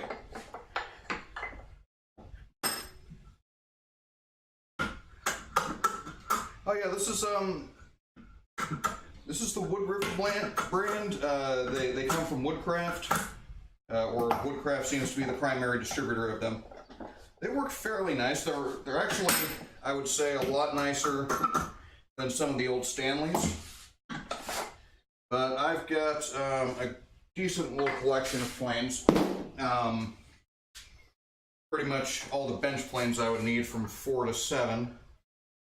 And I've got the 62 butcher block plane. And I've got some really fun joinery planes. I got recently picked up, oh, this is a fun one. This is a Stanley 13 circular plane. Get that in frame if I can.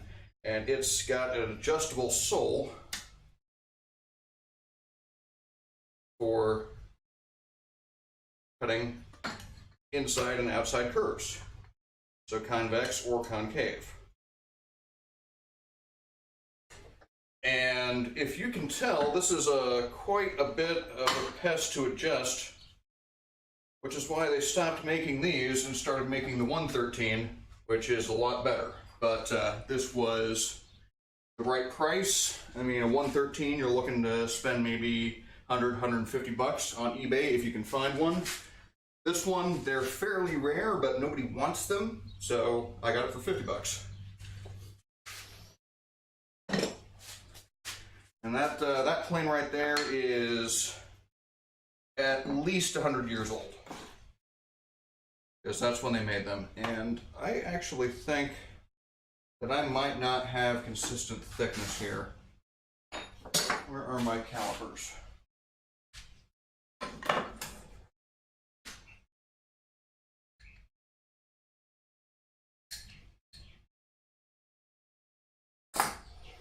Yeah. Let's go ahead and take some off there.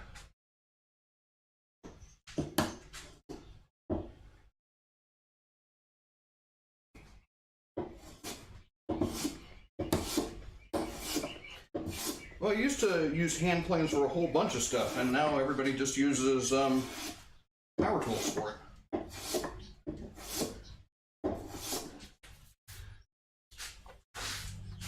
But yeah, this is that's the number 4, and I've got planes of a similar design up to this one, which is number 7, and number 8's the biggest one they make, but I don't have one of those. I figured 7 was big enough. And if you want to get really fancy, this is the number 45 combination plane. And these were actually never really popular with anybody. So, yeah, but they are, it's an interesting piece to have. All right, how are we looking now?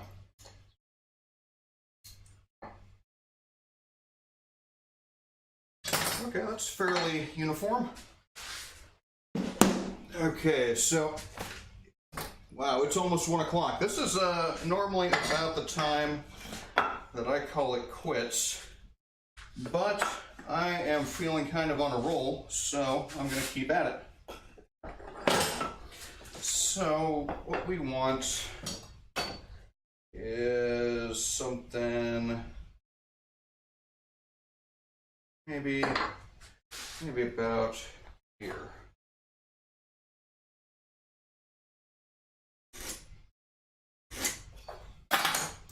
Okay. And I cut that on the wrong side, didn't I? That's okay. We'll make do. I'm hoping everybody can hear me. I'm testing out a bunch of new equipment for streaming. Normally, I usually do Tuesdays and Thursdays starting at 11 Central Time. And I go for about 2 hours because it gets really hot in here. But also, I normally have the garage door shut, so it's open right now and getting a bit more air. So it's been a lot nicer today.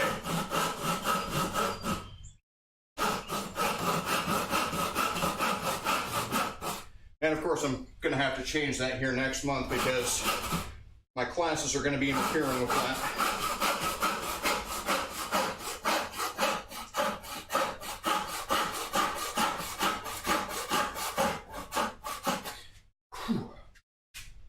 They're sticking quite a bit. Let's get some oil on there.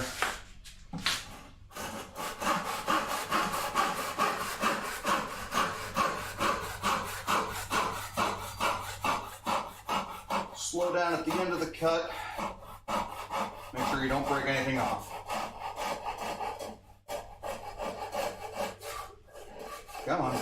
Oh, you want to. Okay. So, now we need to make a square hole in the middle. Actually, you know what? Let's do this. Let's make this flat before we get too far ahead of ourselves.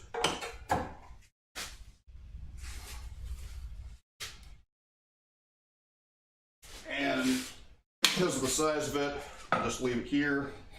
We'll get the number 4. We're taking off more on the right than the left.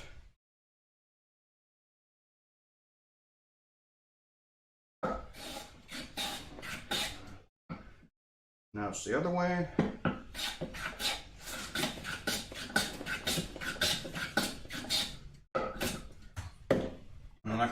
with winding sticks because they're probably not going to tell me anything. All right.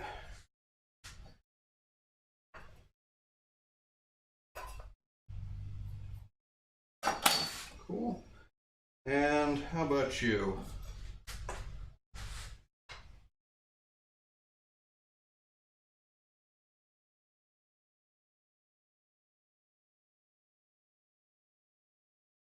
That's about as square as I'm going to be able to make it, so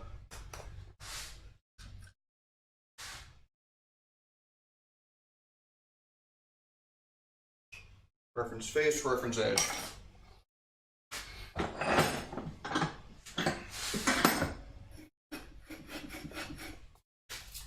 let's get a low angle black plane in here.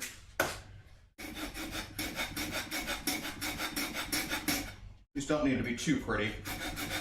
They actually don't need to be square at all.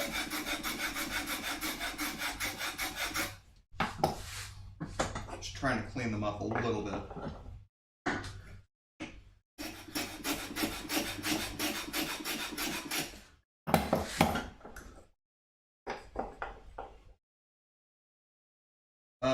Splinter your cuts. Yes, if you go too aggressively, that's definitely one way of doing it. So just pay attention. You know, you learn to listen to the wood, listen to the saw, and it will tell you when it's time to slow down. And then you gotta go really light on the saw. Let the saw do the work. Don't push down on it.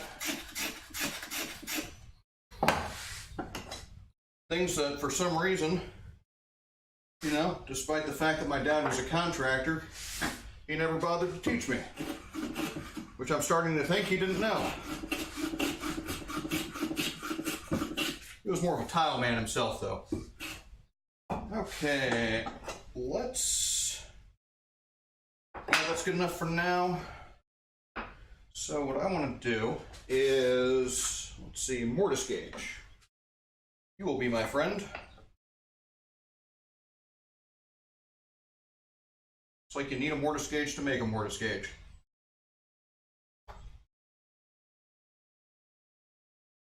And setting the width right there. And is that going to be all right? Yeah, that'll do.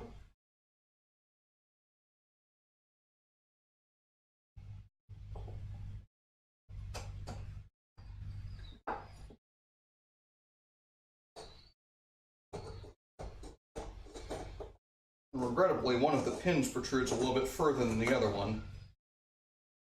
So that kind of makes things a little bit tricky.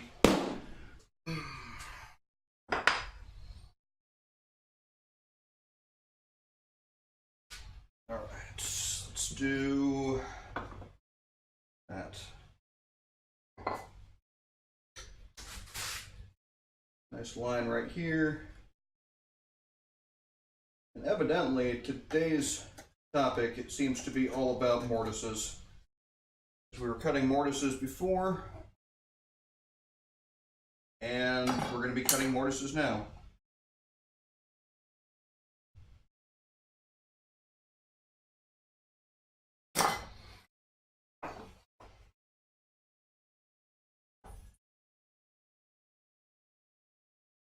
And I'm probably going to need to make a run to a hardware store at some point. Oh, you know what? No. I don't need to go to a hardware store. What I can do is I can make a wedge for this, which is the more traditional way. So modern marking gauges like this are going to have screw adjustments, right? Kind of press against there. Some of the older ones, you would take just like a wedge and just jam the wedge right up against it, and that friction would keep it in place. Okay, so how are we going to do this?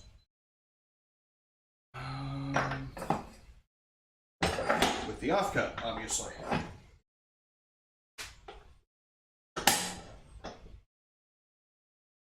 You know what? Here's what I'm going to do. I'm going to do hold fast, which is what I really want to do in the first place. I don't know why I was bothering with the bench dogs. Okay, so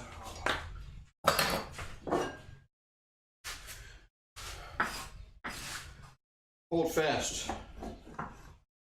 My preferred work holding method.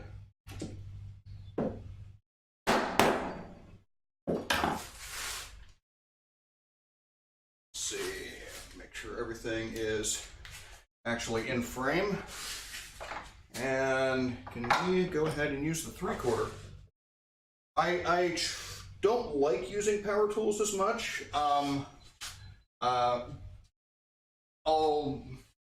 When appropriate, like when I'm doing like housework, work around the house, I'll use power drills, like if I'm putting up curtains or something like that, to drill holes. But actually, even for like screwdrivers, I got this lovely Yankee screwdriver here, and I love this thing. This is tons more pleasant to use than the more pleasant to use than a power screwdriver. And I do have a table saw. I use that for longer ripping. So you can see maybe behind me, I got this French cleat system. And so all these are ripped at a 45-degree angle, and that would have taken years with a handsaw. So I used the table saw for that. I actually started out wanting to use power tools. This clamp is the hold fast, and you just stick it in a hole, and you hit it with a hammer, and it holds it really, really tight. But yeah, I started out with power tools. I wanted to do power tools, and got the table saw, and decided that I might need a jointer because the wood you buy isn't actually flat, and I'd need a planer, to make it parallel and to do work that's other than, oh, you know what I need to do? I probably ought to mark the other side since this is a through mortise. Getting ahead of myself. Okay, so what am I doing here? That's my reference face, right? That's what we decided. Okay, so I need to do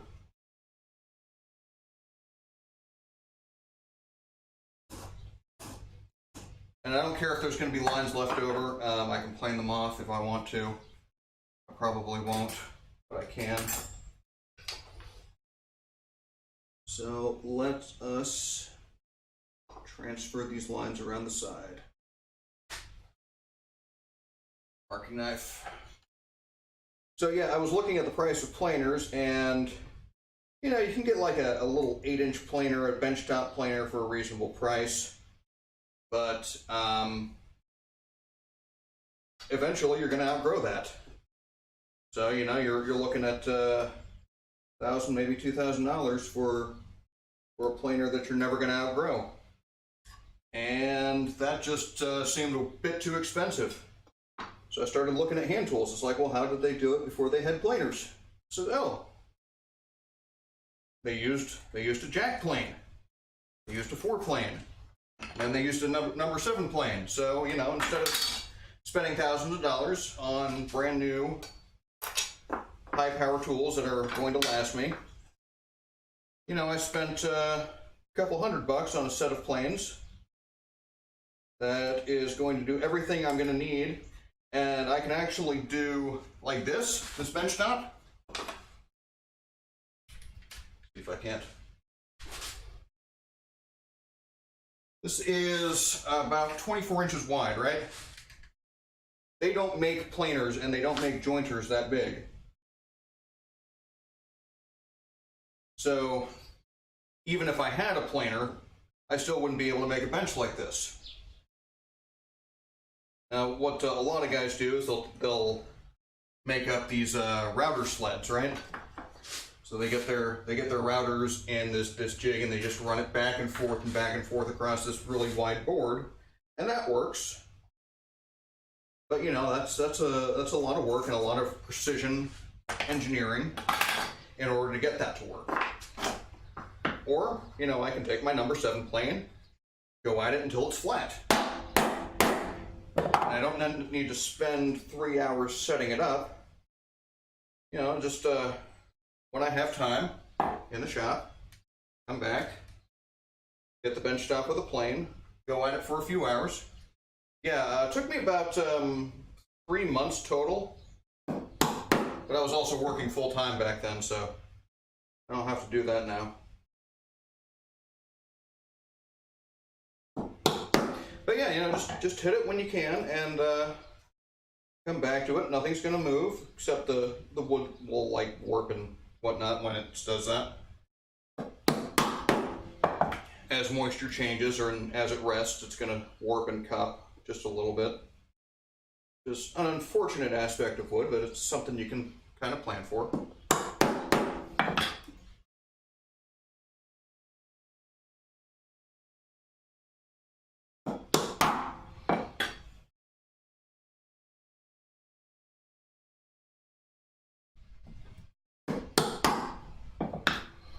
Well, edge seems to be sharp enough. I didn't probably should have sharpened it before I started this, but seems to be cutting.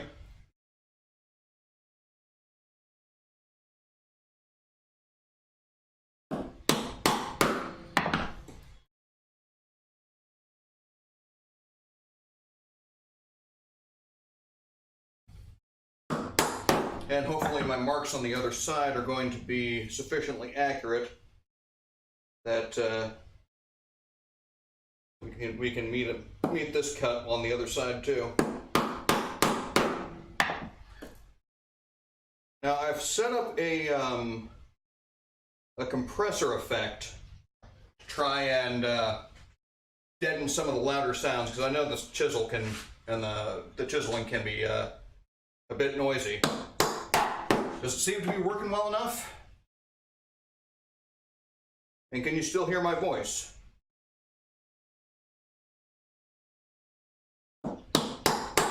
I know I'm asking a lot, but I want to make sure that I'm getting the best quality stream I possibly can.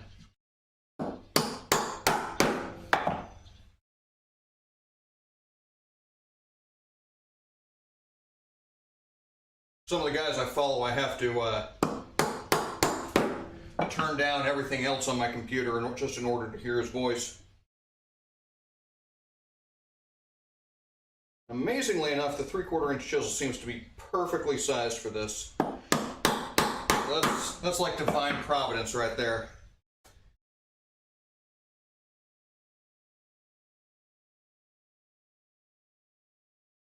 Not wanting to go too close to the other line, so. Oh, went over that line, or the outside line.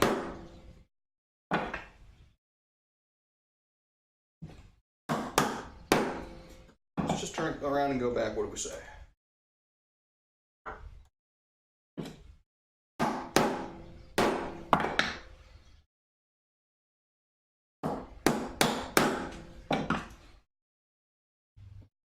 Almost every woodworker you're going to see, Pickle, is going to be building their own workbench. It's partially a rite of passage and partially, you know, just being able to make your own bench customized to the way you like it. Like, I'm 6 foot tall, and I need my bench just a little bit higher than average. Simple matter of ergonomics, because when you're planing, you don't want to be like bending over, and that's bad for your back.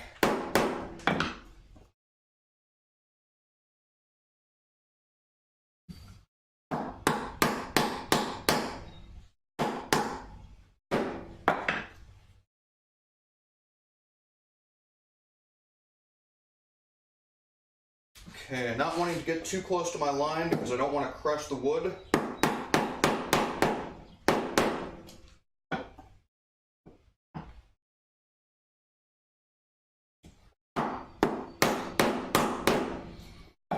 All right, just flip her over.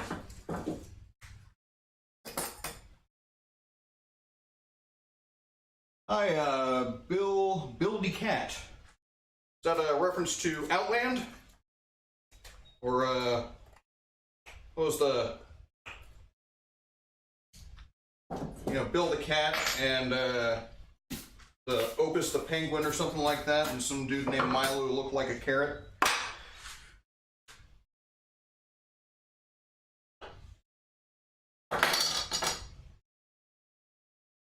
They started a band once called Billy and the Boingers. It's an awesome comic.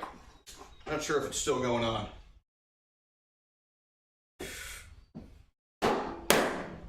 All right, let's get some strap action going on. Well, welcome to the shop, Bill. It's always a pleasure to have folks on. Don't believe I've seen you on before.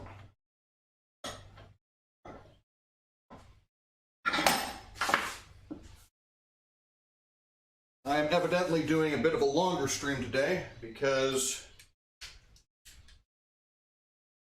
I've got the garage door open and I got a nice cool breeze coming through. Usually really, really hot and humid in here.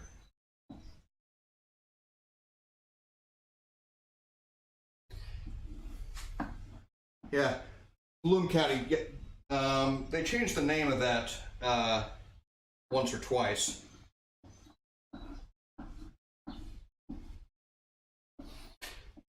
I am not revealing where I stole my name from, because I have a standing bet if anybody can guess the actual source of it, then I will happily send them a shiny nickel. And I do mean shiny. I will polish it myself with Brasso.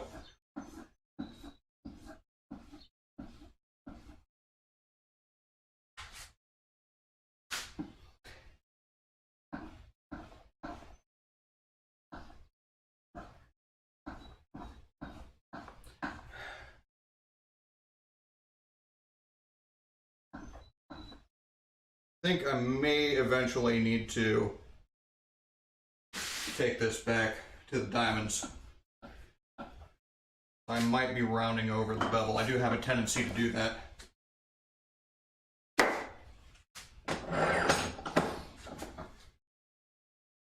It might sound familiar because it's also based on the character from Annie.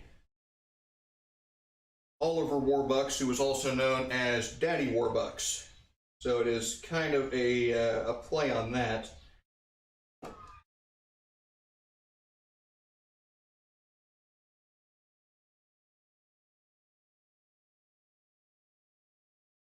You all know Annie, right? The sun will come out tomorrow. Let's not tempt the IRA with tomorrow. There will be lawsuits.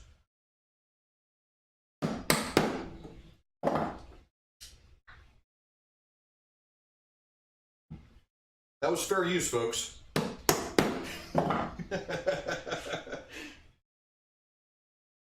No, show tunes are not a common feature of this channel. Just an occasional one. More of a Pirates of Penzance guy anyway.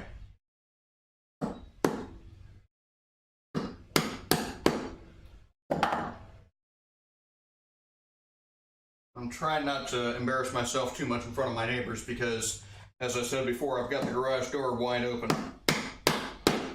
Pretty sure they're all at work, though. Not everybody can be retired like me. Except for the first sergeant across the street, but he's cool. I think half of my neighbors are veterans of one sort or another. It is an oddity of the South, I suppose.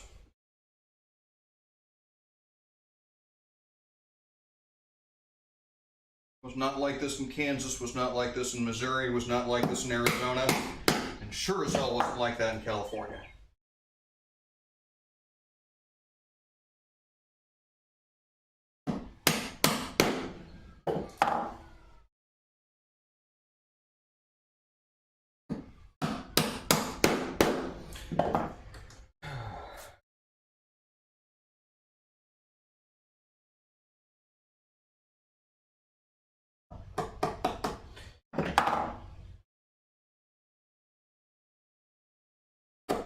I'm pretty sure there's a proper way to do this, which I am not doing, but I think it might work anyway.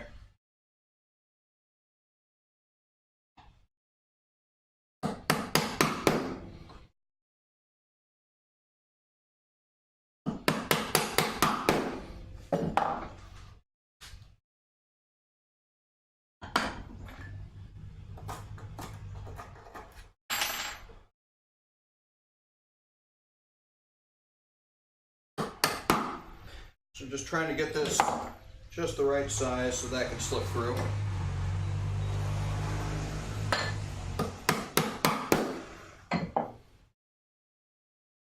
All right, now we can start working our way back.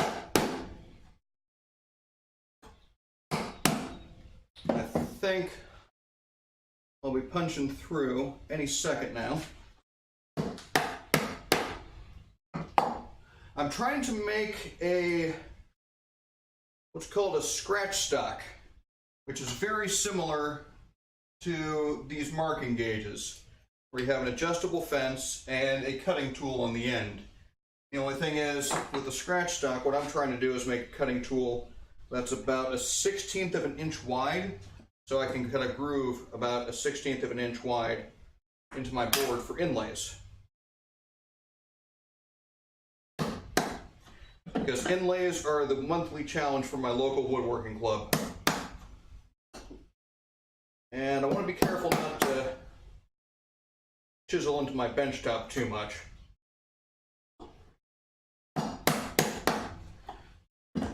Normally I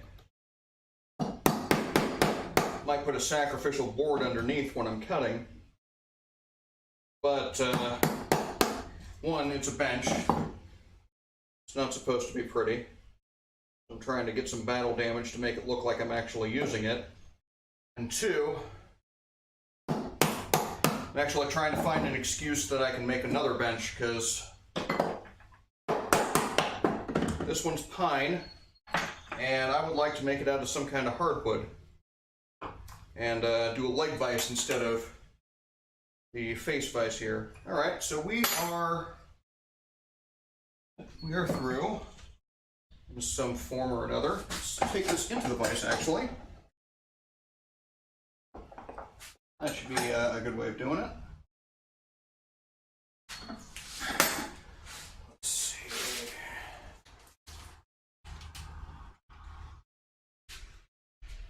Actually, bring you over here. Hopefully everybody's not getting too seasick from this.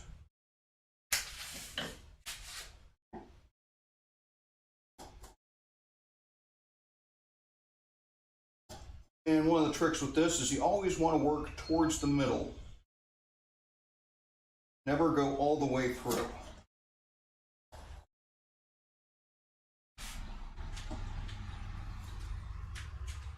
Why, thank you, Pickle Llama. Do you prefer pickle or llama? Because pickle llama is a bit too long to be saying in a breath.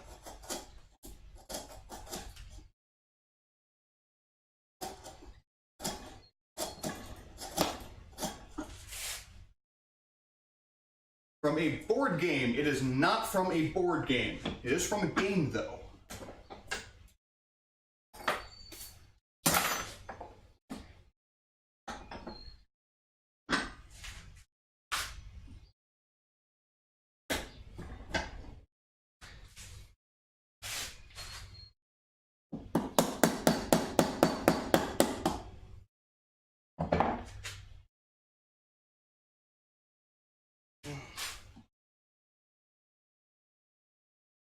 Yeah, I've gone by a number of pseudonyms. On open mic night, I usually go by Iron Lung, which is a name I picked up actually in the Army. You get as many guesses as you want, Bill, and as much time as you want. I've had this. I've been using this name since 2004 on a regular basis. No one's guessed it yet. But yeah, I go by Iron Lung because it seemed like a appropriate blues name. You know, like Lead Belly, right? But actually, I picked that up. Not Deadlands, nope. It's a fairly obscure game.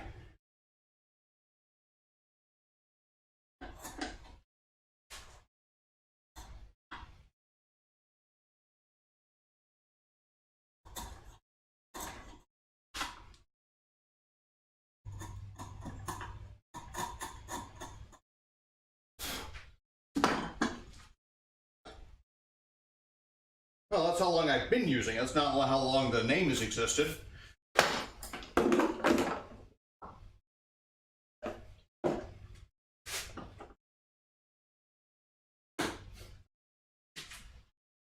Yeah, it could have been a game from the 1970s.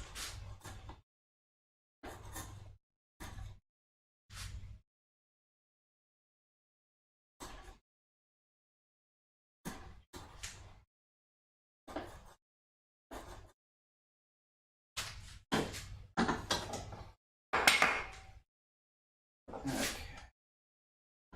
This one, we're not quite to the line. Go ahead, get in there.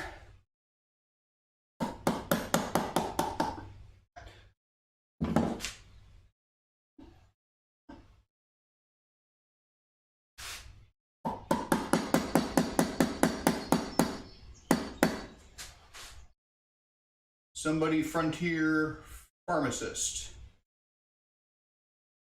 Not really sure what you're talking about there. Is that a game that I should know about?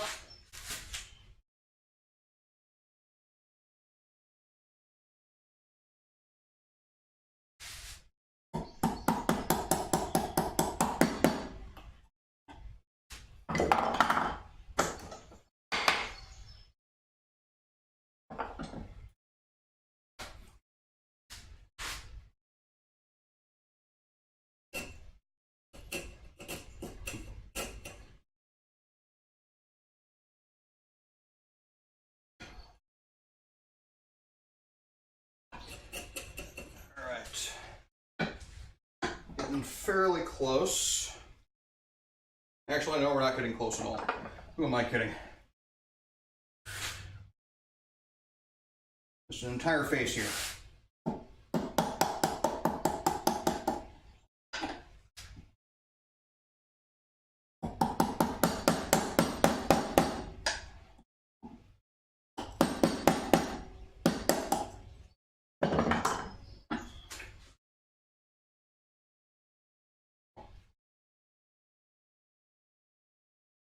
Ooh, almost, we're getting there. Got a little bit of a lip on that side, in the middle there. It's not too much of a problem. Yeah, I'm sorry, I'm not familiar with that.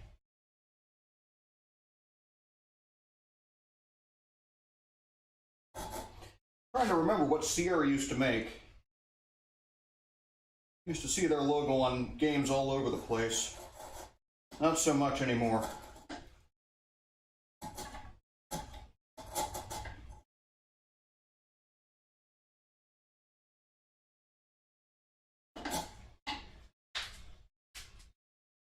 I think maybe World War II GI and Nam. King's Quest, never played that one.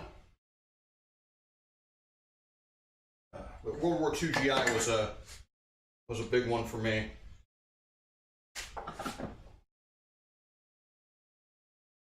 I'm always a bit late to adopt games.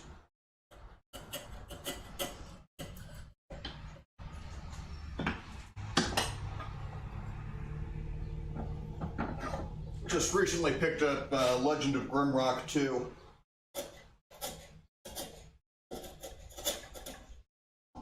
That's been out for a few years. I'll do what you gotta do, Bill. I go AFK sometimes, I just don't tell anybody. Because normally there's nobody in the stream. Which is probably because I'm doing it at 11 o'clock on weekdays.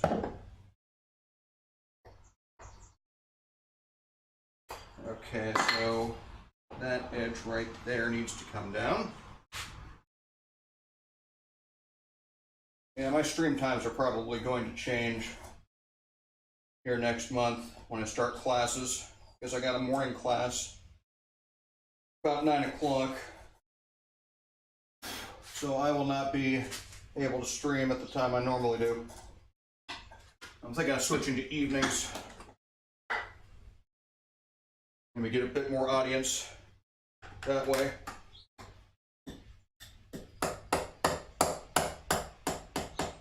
Want to be careful here because you can kind of blow out the end grain on the other side. Ooh. Yeah, that should work nicely. Okay. So we've got our mortise. Now what do we want to do? Now I think I'm going to move the camera back over to this side. I think what I'm going to do is take a few shavings off the face.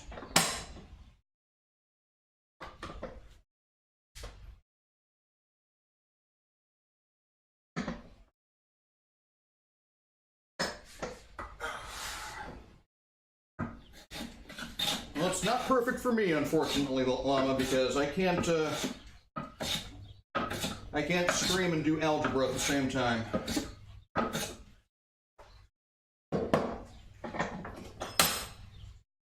And I've got 36 months of GI Bill to use up, so I'm going to use all of them.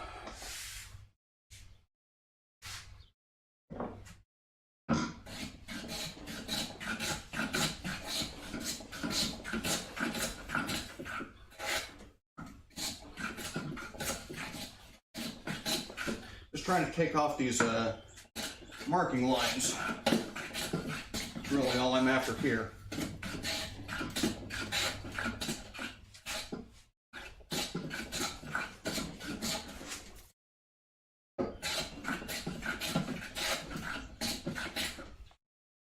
Seem to be getting some conflicting grain that's tearing out a little bit. This does not need to be all that pretty. I'm going to try to make it a little bit pretty, but you know, it's a tool. And this is my reference face. Make sure put our face marks back on. And let's chamfer these edges a little bit.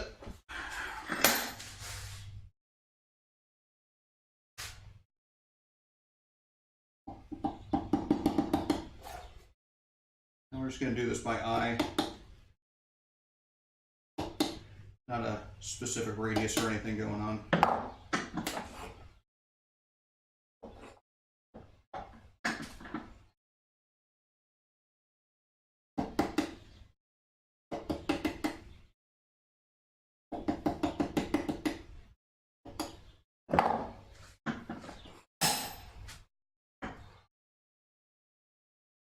And we'll do a bit more dramatic chamfer on the back side so we know which side's the face.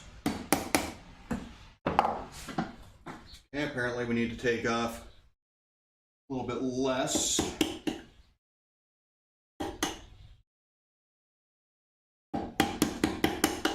Every time I try to make a cut that's a little bit too ambitious, I'm reminded of my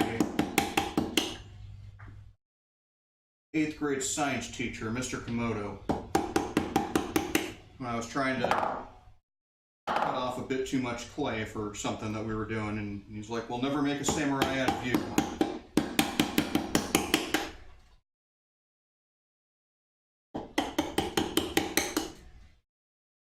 Strange how memories work sometimes.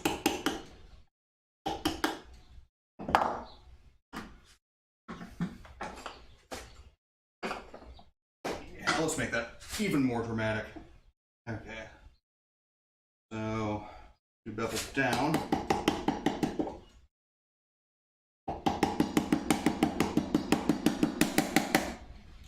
No, no.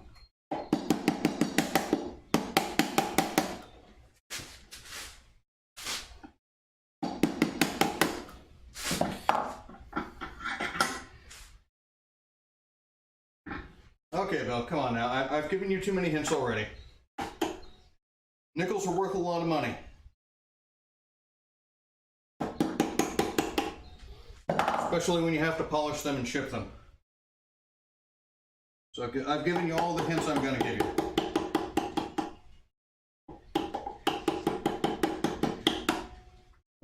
So you know it was a game. from prior to or on 2004.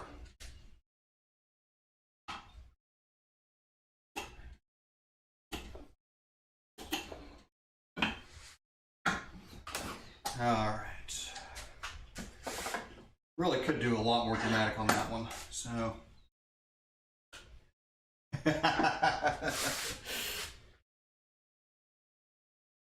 Well, you can't just do a Google search for Daddy Warcrimes, because I'm probably going to be what pops up most often.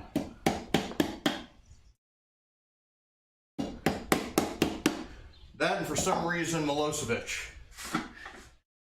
But if you do it with quotation marks, he shouldn't show up. I wonder whatever happened to that guy. Did they ever convict him of anything?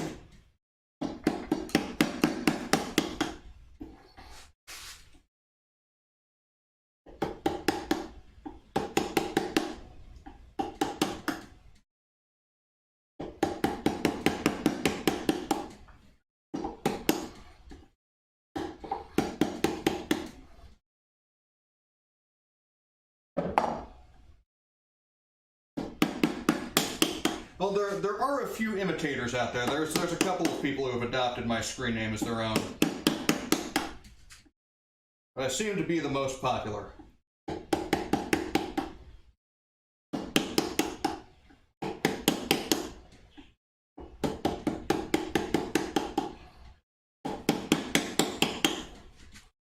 I'm guessing most of what you found was on ArmyStudyGuide.com. That was my largest presence before that website kind of went tits up. Succumbed to their... The owner of it sold it to an advertising firm of sorts.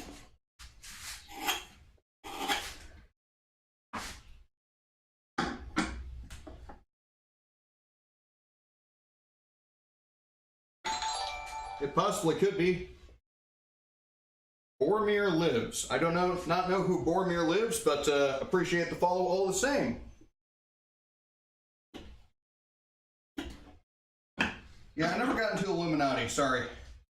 So you can probably scratch that one off the list.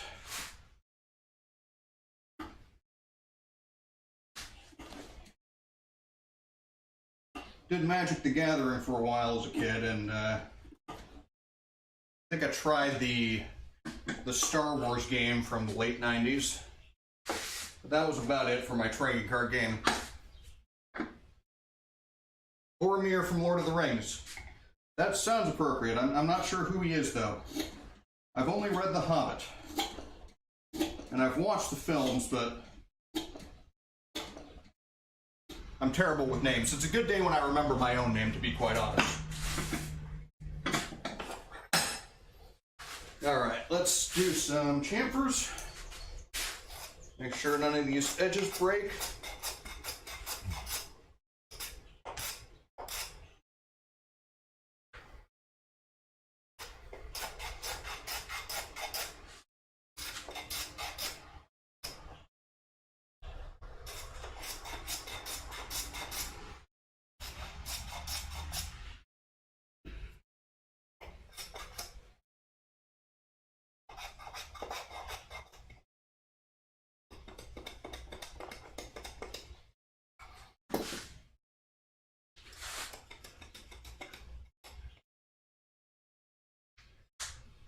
Well, it's not so much that it's a PG stream, but I know that Twitch requires you to make some effort to moderate the content. And I use the automatic moderation because I'm here in a workshop working with my hands. My computer's over on the other side. I've got a tablet right here and a tablet right there, so you know, it's not... When you're working with your hands, it's not easy to moderate, and I don't have any moderators, so I use the auto moderation just to keep Twitch off my back. That's pretty much the way of things. Because if somebody says bad things, I can get in trouble, and they can kick me off the service, which is I don't like it, but I don't make the rules. And you guys probably can't see anything, but yeah, just kind of rounding over the edges there. And there we go. Now I do need to pick one side to be the cutting face, so I think that will be, ooh. Huh, that's not square. So, I'm not sure if you can see, but we did a very poor job with that mortise. And it'll be okay, it'll be okay. So this is going to be the top, so I'm going to cut a groove in here. That will, you know, for my first attempt at one of these, I think I'm doing okay. It's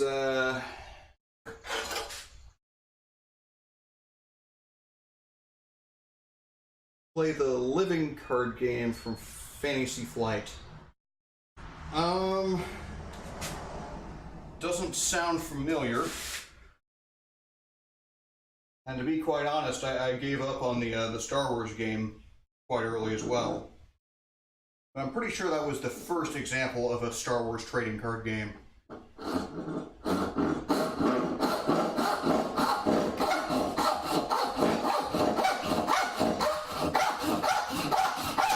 Might actually still have those cards somewhere.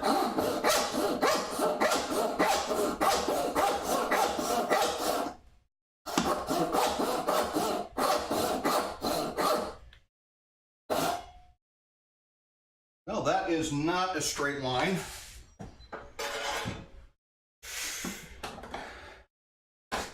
You know what we need to do? We need to, so when you're cutting a curve like this, you have to put a stop at some point in order to, you know what, this is going to bug me too much.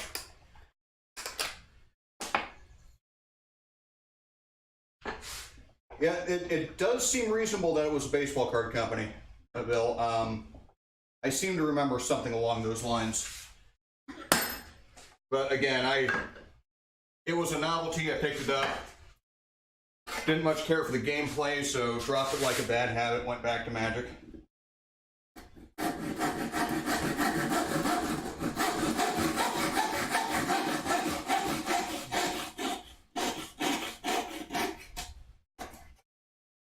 Again, this was probably late 90s, 96, 97. Yeah, I probably got like 2 full decks for it, but somewhere locked away, maybe in my attic, with my Magic the Gathering cards.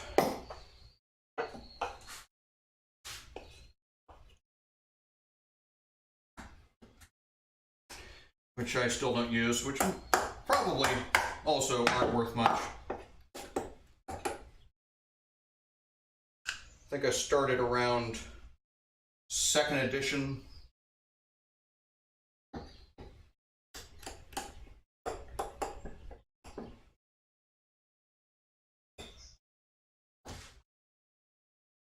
I seem to remember a Dune game. I just I never played it myself. So let's try and do this properly. So first thing I'm going to do, get out the old egg beater. And everybody can still see, right? I am a fan of Dune, the franchise. But to be quite honest, the games they make for just really are subpar.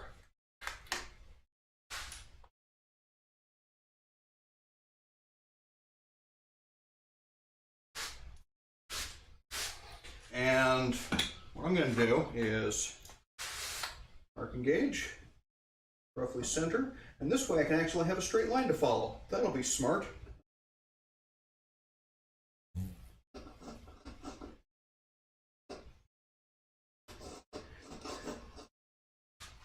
So this one, you see, a very poor job keeping that straight. All right, and at the end of our cut, we're going to bore a small hole,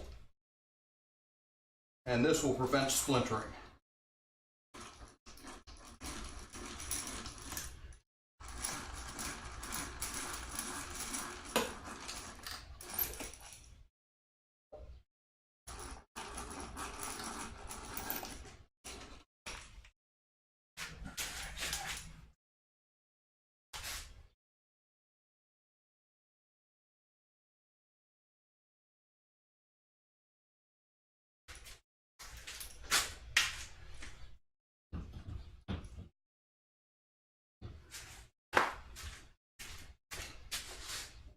I heard Wizards of the Coast is, or is it still Wizards of the Coast that does the magic? So I've heard some pretty weird stuff going on within their ranks.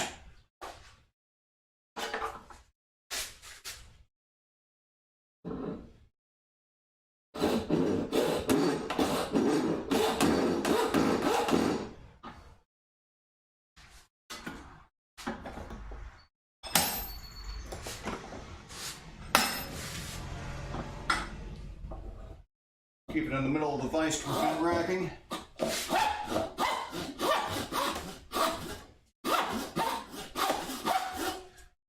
Get some oil on there. Binding a little bit. Mattel? Yeah, that sounds familiar too. I thought they bought out, crap, who was that? TSR as well. Didn't they buy Dungeons and Dragons proper?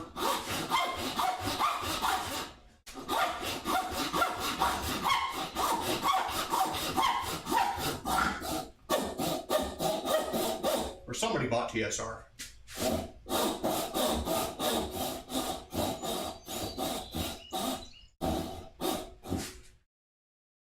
Or not.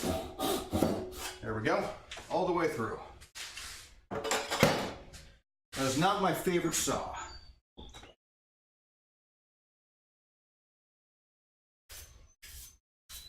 Yeah, Pokemon is definitely something I never bothered to really get into. I played the Pokemon Go just temporarily, but yeah, did not stick with me anyway. Let's see what I can do, because I want to chamfer that off some. Well, here, let's go ahead and do what I know I can do, which is I should chamfer off these edges.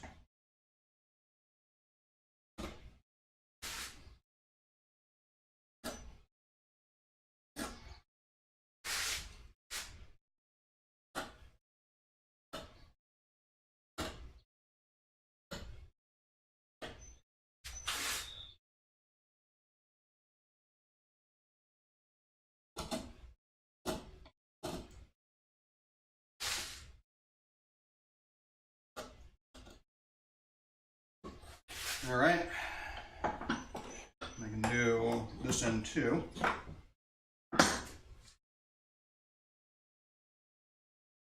Oh yeah, oh shoot, I remember that. That was a long time ago.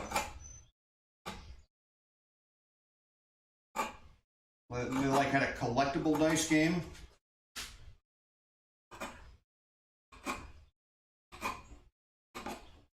To be quite honest, I was never a big fan of D&D.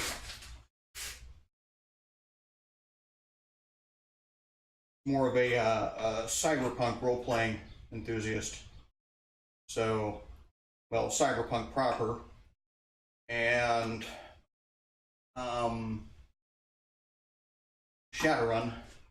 Ice Crown Industries, the same thing.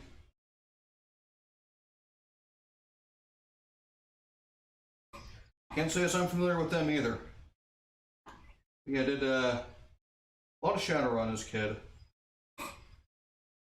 And a bit of Cyberpunk too. Occasionally D&D, and oh, the Star Wars role-playing game.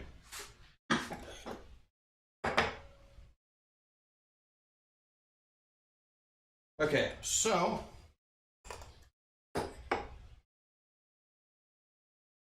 the plan here is to, one, need to get a bolt, maybe like a wing nut, something I can hand tighten, pour through there to keep this in place. Actually, it's going to go through here, it's back, and some hardware to keep this tight.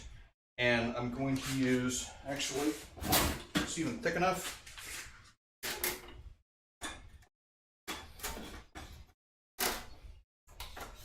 Okay, I may need to rethink this. I might need a wider saw curve. That would be unfortunate, but it's doable. But the plan is get a piece of saw plate with a 16-inch cutter. Yeah, I'm actually probably going to be finished real soon, hon. So I'll be packing up shortly. But yeah, so saw plate in here with about a 16th inch cutter, and that way I can make grooves for inlays. But that is the plan for now. And once I do that, I can put some inlays on the bookends. Maybe do some curve cutting. I was thinking of doing like cutting out heart shapes, but I'm not sure how well that's going to work with the braces here. But yeah, I will need some hardware before I can complete this. And that, unfortunately, folks, is going to be it for this stream. If you want to follow my progress in between streams, I do have Instagram, I'm on Twitter, I'm on Facebook. I've got a blog that I rarely ever update. Any produced videos I'm going to do that say, let's see, I got one on making dovetail template, and I've got one on making ridiculously large mallet. But those are on my YouTube, and but I do post everything on Twitch first. So yeah, give me a follow here if you can. Give me a follow on Instagram, Twitter, probably the best places to reach me. YouTube's great, except, you know, I will never get money from YouTube, so whatever. Do appreciate everybody who joined me today. Bill the Cat and Pickle Llama. And anybody else I might have missed, do appreciate you stopping by. And if you want to come back Tuesday, I'll either be continuing on this, or I might be building myself a garden shed. And that's not going to be very, very exciting. Thank you, Bill the Cat. Always appreciate a follow. But yeah, again, that's going to be it for me, because I'm hungry, and I'm hot, and I'm thirsty. And other people in this house need to use the internet, damn it. So, let me see if I can figure out if anybody else is on that I should point you to. Not likely, because I'm still fairly new to Twitch and I don't understand all the people here. And I am really bad at forwarding. Can't even find my Twitch app. No apps, Twitch, there we go.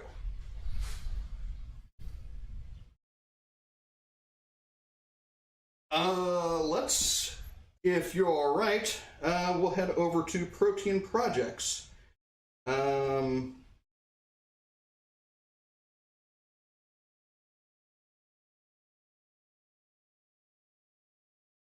should be able to host from his stream, right?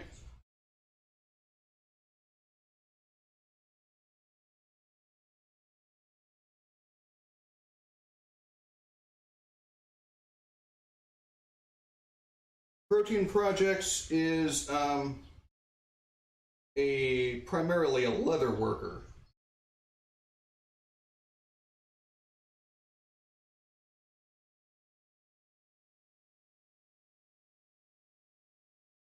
Oh, I don't have permission to do that. Okay, well, try it a different way. Sorry, folks. I'm doing this from a phone is not. Let me see if I can do it from the computer. There we go.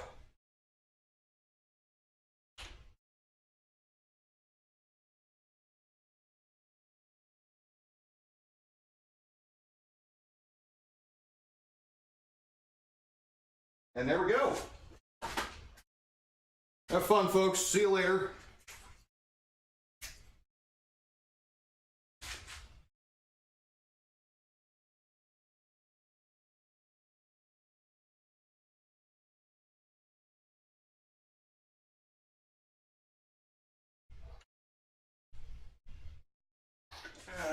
And end stream.